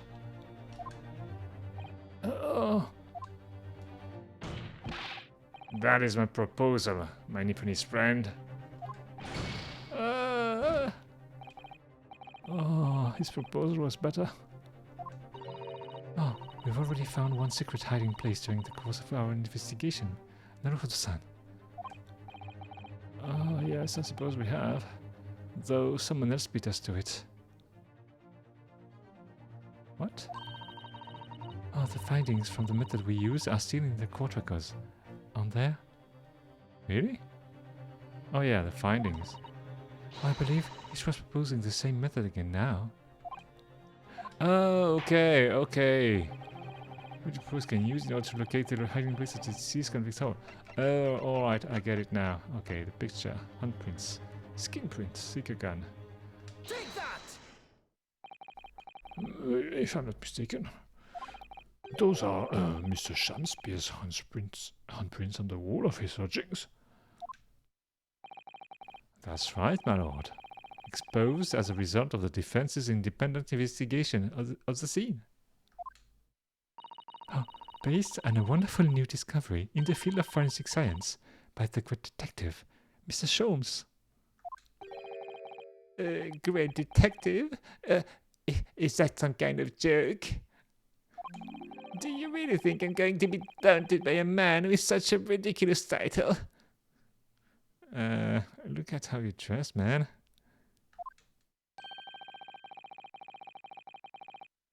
I should think the great bard ought to recognize such a title when he hears one, Mr. Shamspeare. Or perhaps we should compete for the honor of most ridiculous title. This Sherlock Holmes himself. What are you doing here, great detective? Your usual haunts are the filthy back streets of the capital, are they not? Ah, Mr. Reaper, it's been too long. And I see your complexion has worsened since last we met. Well, you know, he's a vampire. Mr. Sholmes? He does know Lord Van Siesten. Well enough to say something like that in any case. Mr. Sholmes, though you may be heralded as a great detective by the population at large, that does not give you the right to come and go in my courtroom as you see fit. If I may, my lord. Mr. Sholmes' newly developed scientific method has helped us to uncover vital clues in this case already.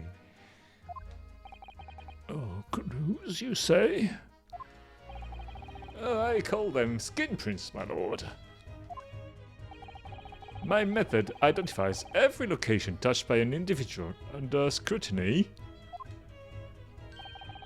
It's the method by which we were able to ascertain this gentleman's gaslight activities.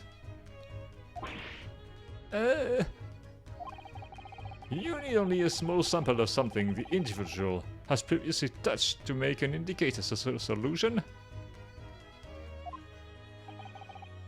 In your case, sir, I used the teacup you had been holding. Elementary. So now, Mr. Naruhodo. Yes?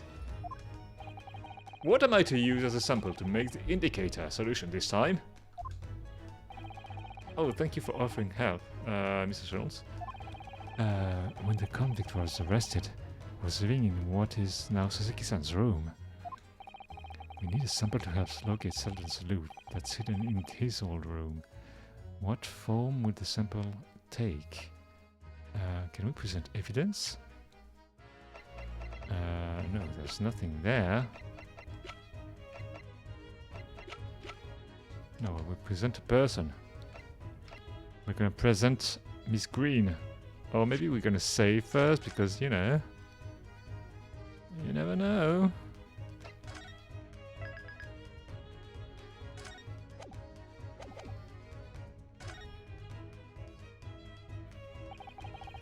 We will need something of Selden's in order to create the indicator solution to find his loot. And something the convict owned happens to be in the possession of somebody listed in the court record. Upon my word, Mr. Naruto, your power of reasoning appears to be on the up. So, which particular person do you have in mind? From whom can we obtain a possession of the late convict, Selden, to create the indicator solution? From Miss Green, of course. Take that! Miss Green. Me? What do you want with me? The key around your neck, if you please. Sorry?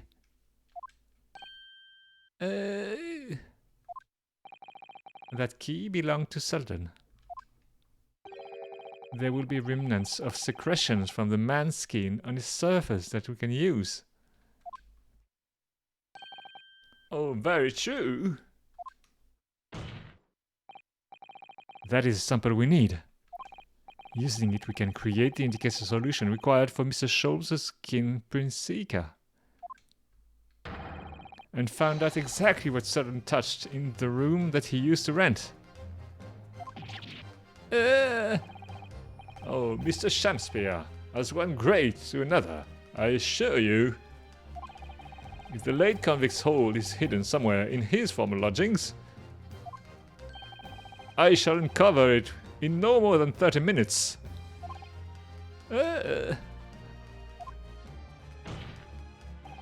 So, Mr. Shakespeare, the truth is well within our grasp now, and as such, you will never get your hands on Selden's stolen wealth.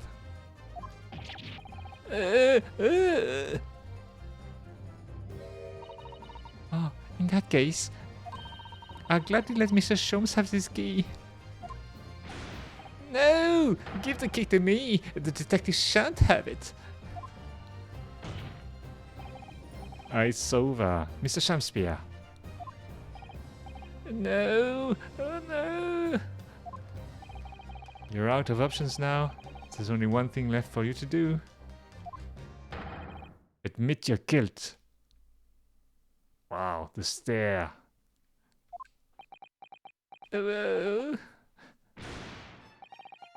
Oh, shameful despair. Oh, be thy name. Wait, what? What's going on?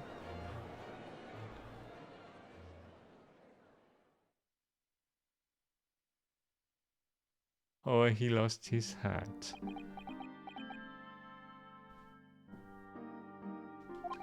Oh, he's sad spear now. I never intended to kill the man. I just wanted to drive him out of the room. That's all. Oh, so you'd have time to find the convict's hold of stolen goods.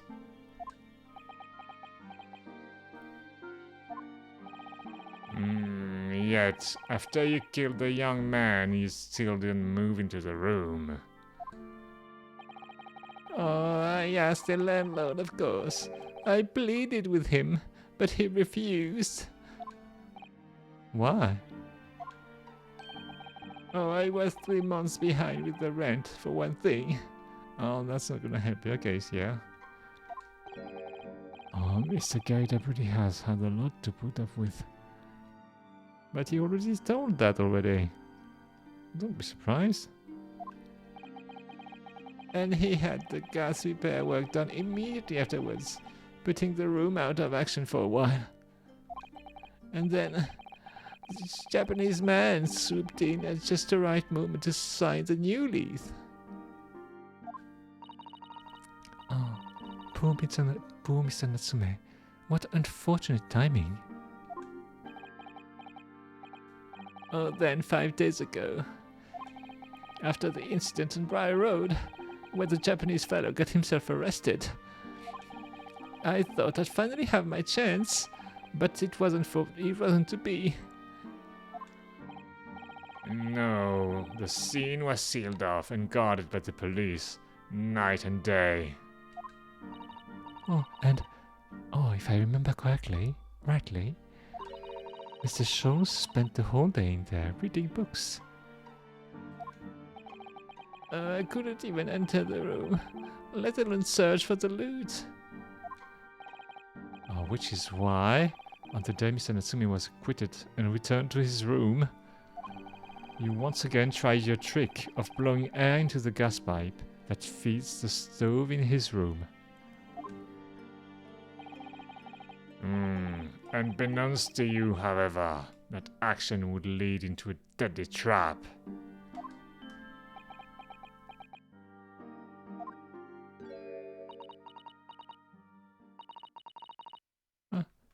William Shakespeare.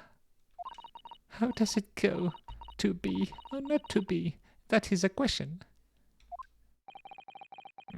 From Shakespeare's Hamlet, Act 3, Scene 1. Well, let me tell you, in your case, it's not to be. That is the answer. You deserve to die for what you've done.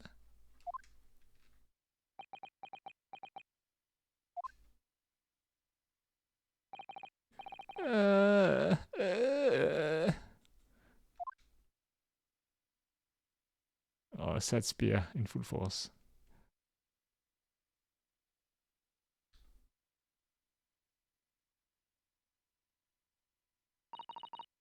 Oh, at first, I really did think it was just a terrible accident. I'll never forget our conversation the night before Duncan died. The gas supply in my new lodgings are a complete disaster, you know, Olev. The gas supply? Ah yes, the stove always seems to go out in the middle of the night for some reason. Oh, that's no joke. They say it's the convict's curse.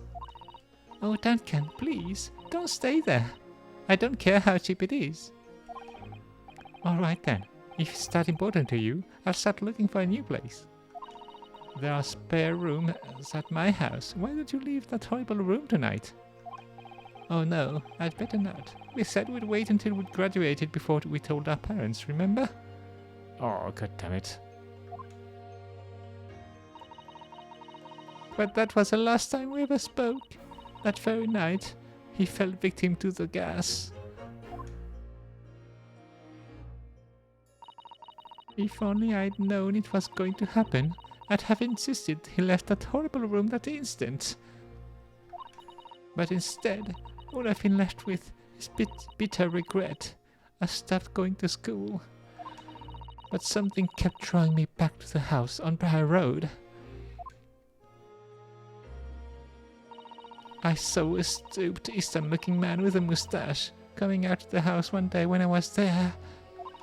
He walked up the road to grab Scrubbery for some food, so I followed him and sat myself down next to him. He had some watery-looking soup and started to pick a quarrel with the publican. The publican? What's a publican? What's a publican? Publican? Publican, a Jewish tax collector for the ancient Romans. A collector of taxes or tributes. Oh, okay. Oh, this place is cursed, I tell you. Cursed? The ghost of that convict who used to live there, trying to suffocate me. I wake up in the middle of the night, freezing to death because the stove has gone out. The room is full of gas, and I can hardly breathe. But the pipes have been checked. No problem there. It's like, and the problem. Oh, that's what they're thinking. Oh, but how could that be? Duncan was gone, and now this man had almost suffered the same fate. Could it really be a curse? Oh, then I remembered. A rumor I heard about how the gas companies go around investigating the gas installations. Oh, a rumor? Oh, you mean, Oh yes, everybody's heard the stories, it seems, about how they go around checking the pipes. How anything connected to the gas can be extinguished by blowing air into the pipework. Oh, that's when it started. A little flicker of doubt in the back of my mind that just wouldn't go away.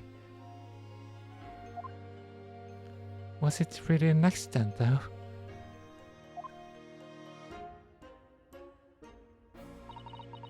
Once I'd had the idea, it wouldn't leave me alone. It plagued me day and night.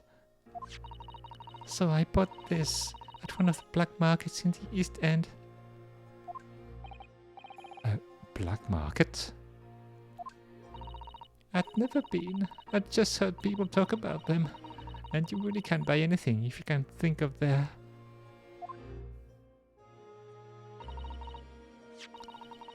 In some way, being able to get my hands on this so easily made me even more determined. I had to find find out one way or another. Oh. So she wasn't sure if he did it, but... So she put the poison on the pipe, so he only would have been in trouble if he did it. Ah. Clever. Oh, was Duncan's death an accident? Or was it murder? A new chosen method for establishing the truth was simple, but highly effective.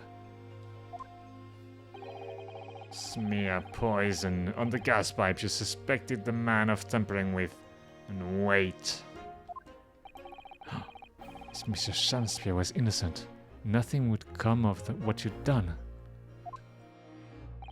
But if he was guilty, he would pay for his crime dearly.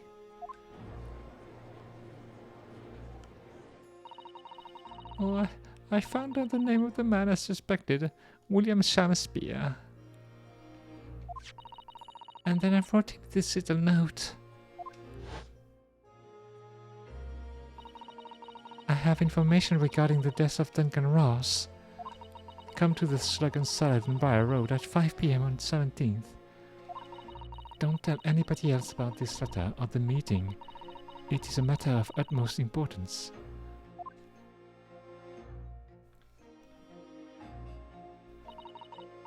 If he'd done it, I knew that would worry him enough so he'd be sure to go.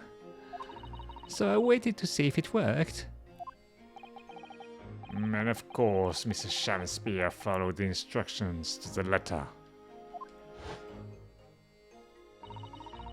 I worked out where the gas pipe was straight away.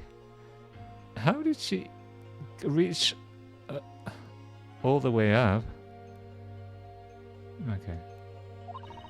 So I smeared a good amount of the poison I'd bought all around the mouth of the pipe. All the time praying that the devil's work wouldn't be done and that it was all just some wild fantasy. Actually, no. All the time praying that the devil's work would be done and that the culprit would get his just desserts.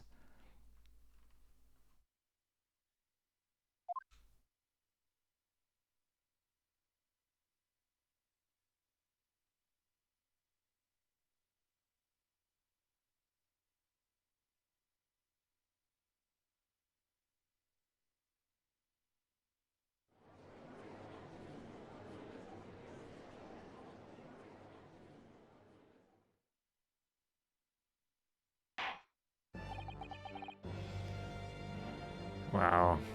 So sad.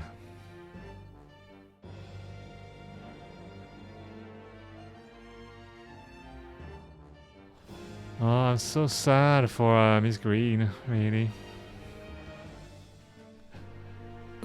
3 days ago, when you were first stood in the dock before me, this whole affair seemed relatively straightforward. Oh, yes, my lord. Certainly very much in the depth of depravity that we should subsequently find lurking behind the scenes. It has been a long road, my Nipponese friend. Yes? And one certainly didn't envisage one I certainly didn't envisage walking with you.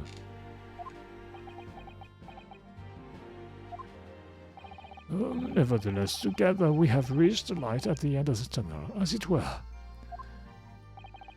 Miss Green, Oh, yes, my lord. you will henceforth be stripped of your freedom as punishment for the attempted murder of Mr. William Shakespeare. Oh, yes, I know. And you, Mr. Shakespeare, you will be tried for the murder of Mr. Duncan Ross in cold blood. And the subsequent attempted murder of Mr. Sasaki Natsume, here present.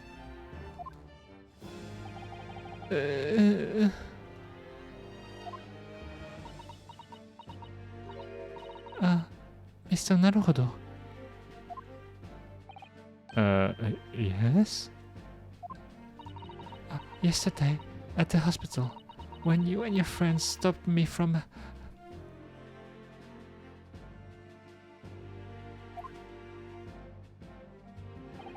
From ending your life by drinking what was left in the poison bottle? I wasn't myself. I can't even really remember what was going through my mind. To be or not to be, I suppose. That's a question that's so hard to answer, it seems.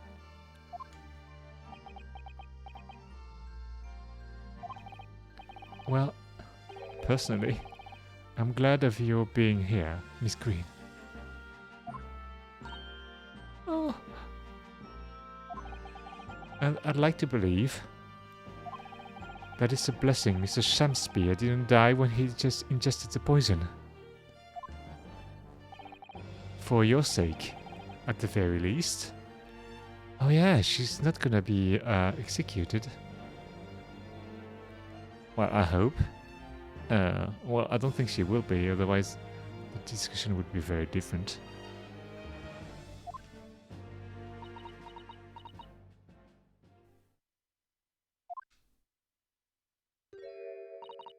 Oh, because of you, I chose life, not death. And now you've made the truth come out at last.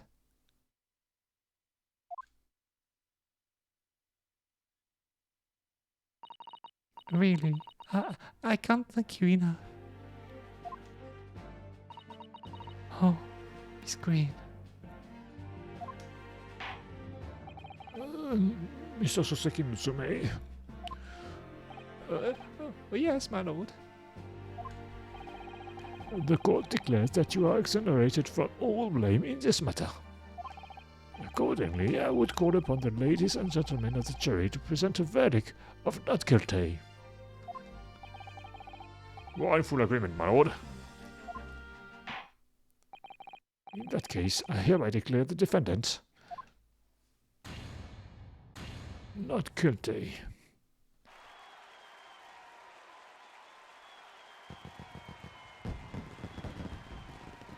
Fireworks, confettis. I wonder what happens if you are deemed guilty. They're like hellfire. Court is adjourned.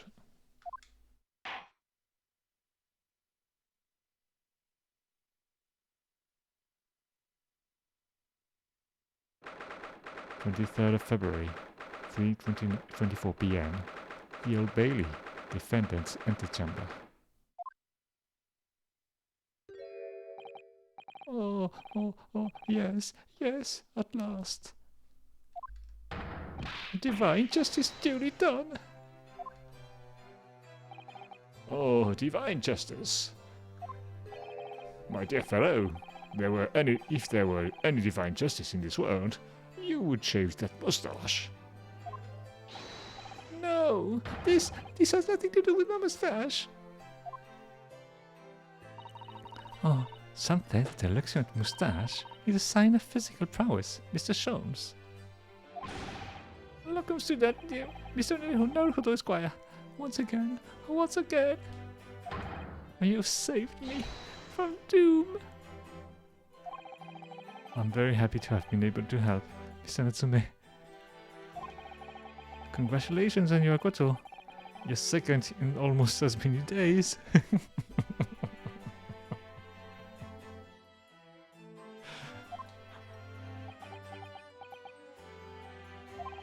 I was first acquainted with and gained affection for English literature was in our great homeland empire.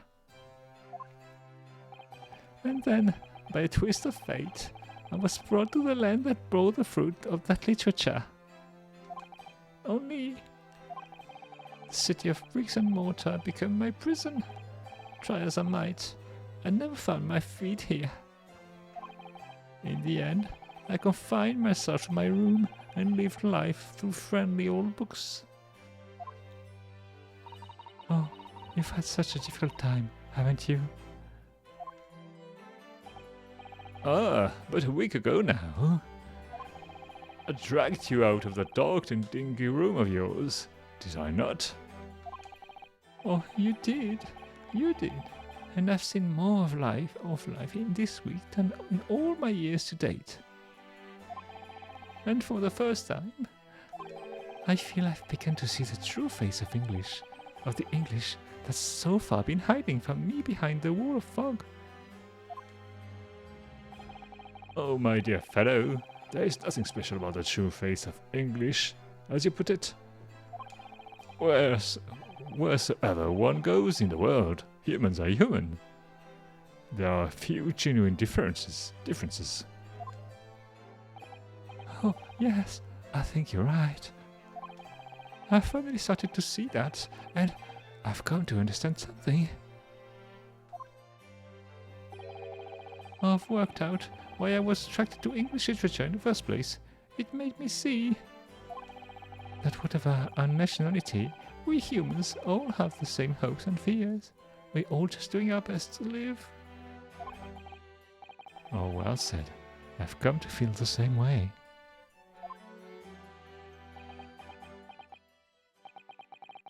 I've made a decision too. I'm going to cut short my study tour here and return to Japan. Oh, what? just when we become friends here in England. What a terrible shame. Oh, I know.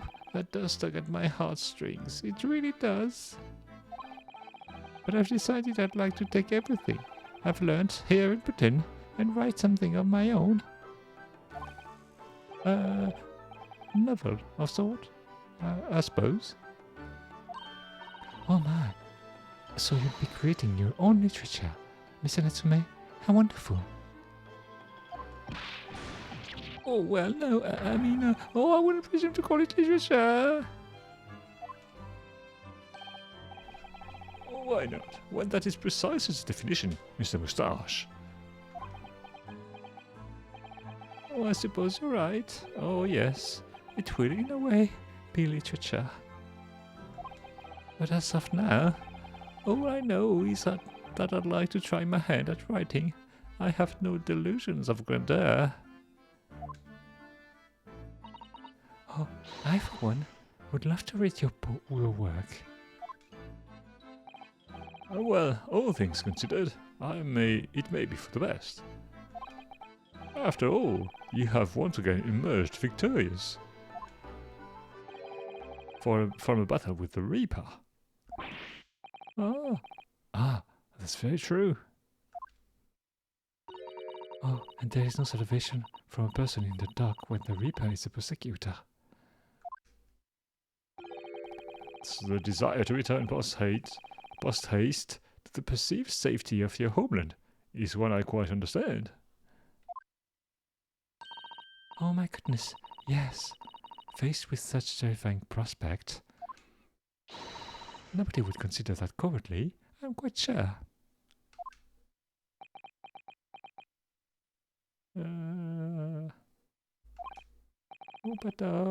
But that's, Oh, that's the way I'm leaving. I meant it. I mean it. What? And that was the case that we found ourselves embroiled in 6 months ago. Now, Soseki-san did indeed return to Japan and submitted a report about both cases to the government. It was on reading that report that Professor Mikotoba was prompted to visit the scholar. And barely any time later, Sato-san was given the news that she must return to Japan as well. On the back of a telegram stating falsely that her father had fallen gravely ill. The only possible explanation that comes to mind is what happened after the trial on the following day. The day that we uncovered the loot hidden by the now deceased convict in his former lodgings. Oh, we're gonna see the loot?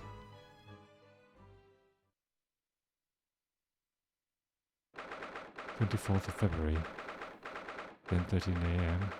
Mr. Natsume's room." Oh, well done, Mr. Shops. How simply marvelous of you to uncover the secret hiding places in just one day. Wasn't it supposed to take 30 minutes? As I believe I told you, my dear fellows, skin prints are extremely useful in such situations. Wouldn't you agree, Gregson?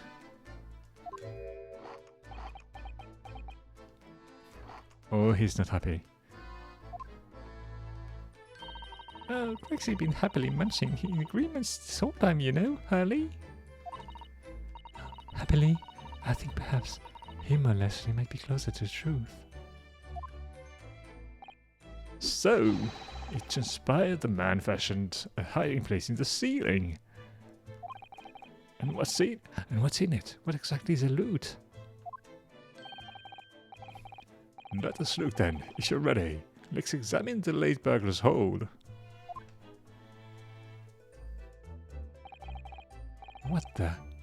What is that? Oh, a necklace. Oh, it looks to be some sort of neckband. A collar. What is this? With blood on it. A collar? It's huge though. B for Baskervilles.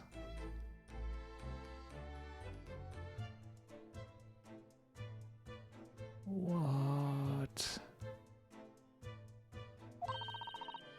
Oh, and look at the gemstones set in it. I can see why it was clear to be worth £1,000. Perhaps I could have it as a belt. Or is it that big? Oh, have you noticed on the inside there? There are some dark stains. You don't think there could be blood, do you? I mean, there's quite a lot of it. Oh, on second thought, perhaps I won't have it as a belt. Oh, and of course, there's this emblem there. Here. A large letter B on a small crown. What does it signify, do you think? Oh, I hadn't noticed that.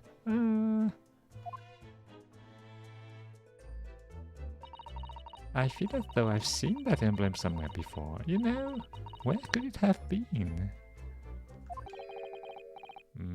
That's enough of that, I think. Oh, he didn't want to talk about that. What?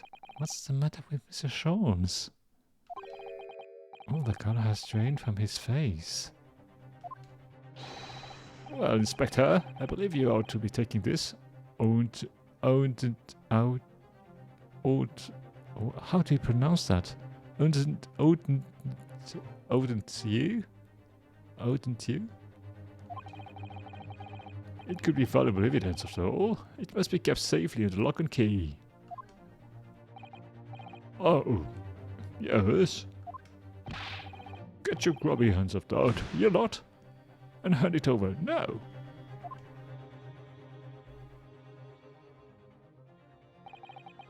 I'd never seen a color that large before. And all those jewels certainly look to be extremely valuable. But that's not what stood out the most to me. At least, not once I'd noticed it. Those dark marks on the inside of the collar.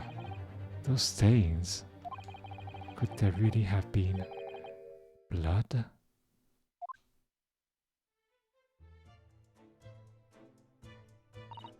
Oh well, that was a funny case, wasn't it? Oh, it's all buttoned up now. And you look very pleased, Iris.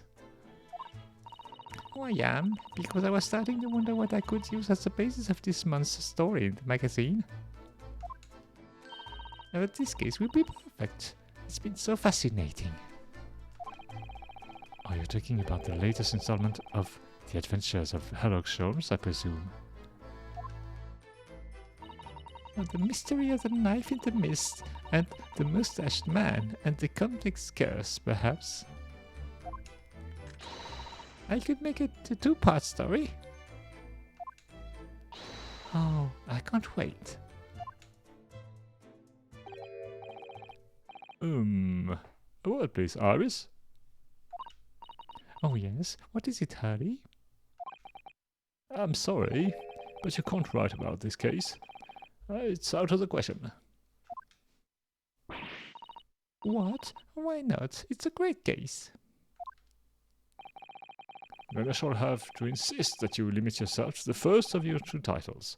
The second must never be written. Is that clear?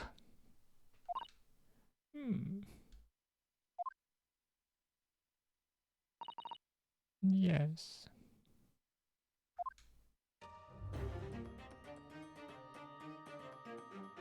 And so it was that the second of Souseki-san's cases became buried in obscurity. Wow, voiceover. Now, looking back, I feel I understand. And I can see why Mr. Sholmes forbade Iris from publishing the story. We're gonna have all the answers in the next cases. It would take a little longer before I saw the link between everything that had happened and would happen. For it wasn't until 2 months after the arrival of Susato-san's letter that events began to unfurl again, with an incident that took place at the very heart of the eagerly awaited Great Exhibition of London.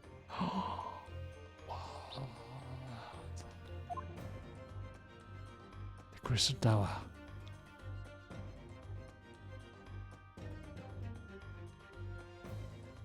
Wow.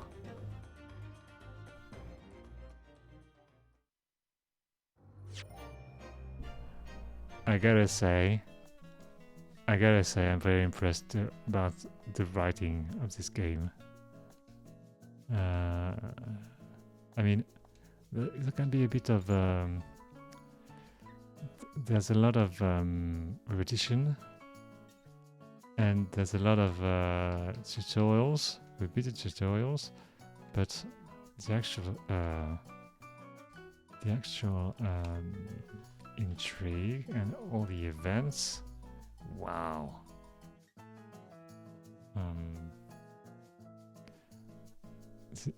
Yeah, it's amazing. Alright. Pretty happy for Mr. Natsume, even though we knew he was gonna be free, but well, we always knew he was gonna be okay. Pretty sad about Miss Green, really. Really was a victim there. It was a bittersweet ending.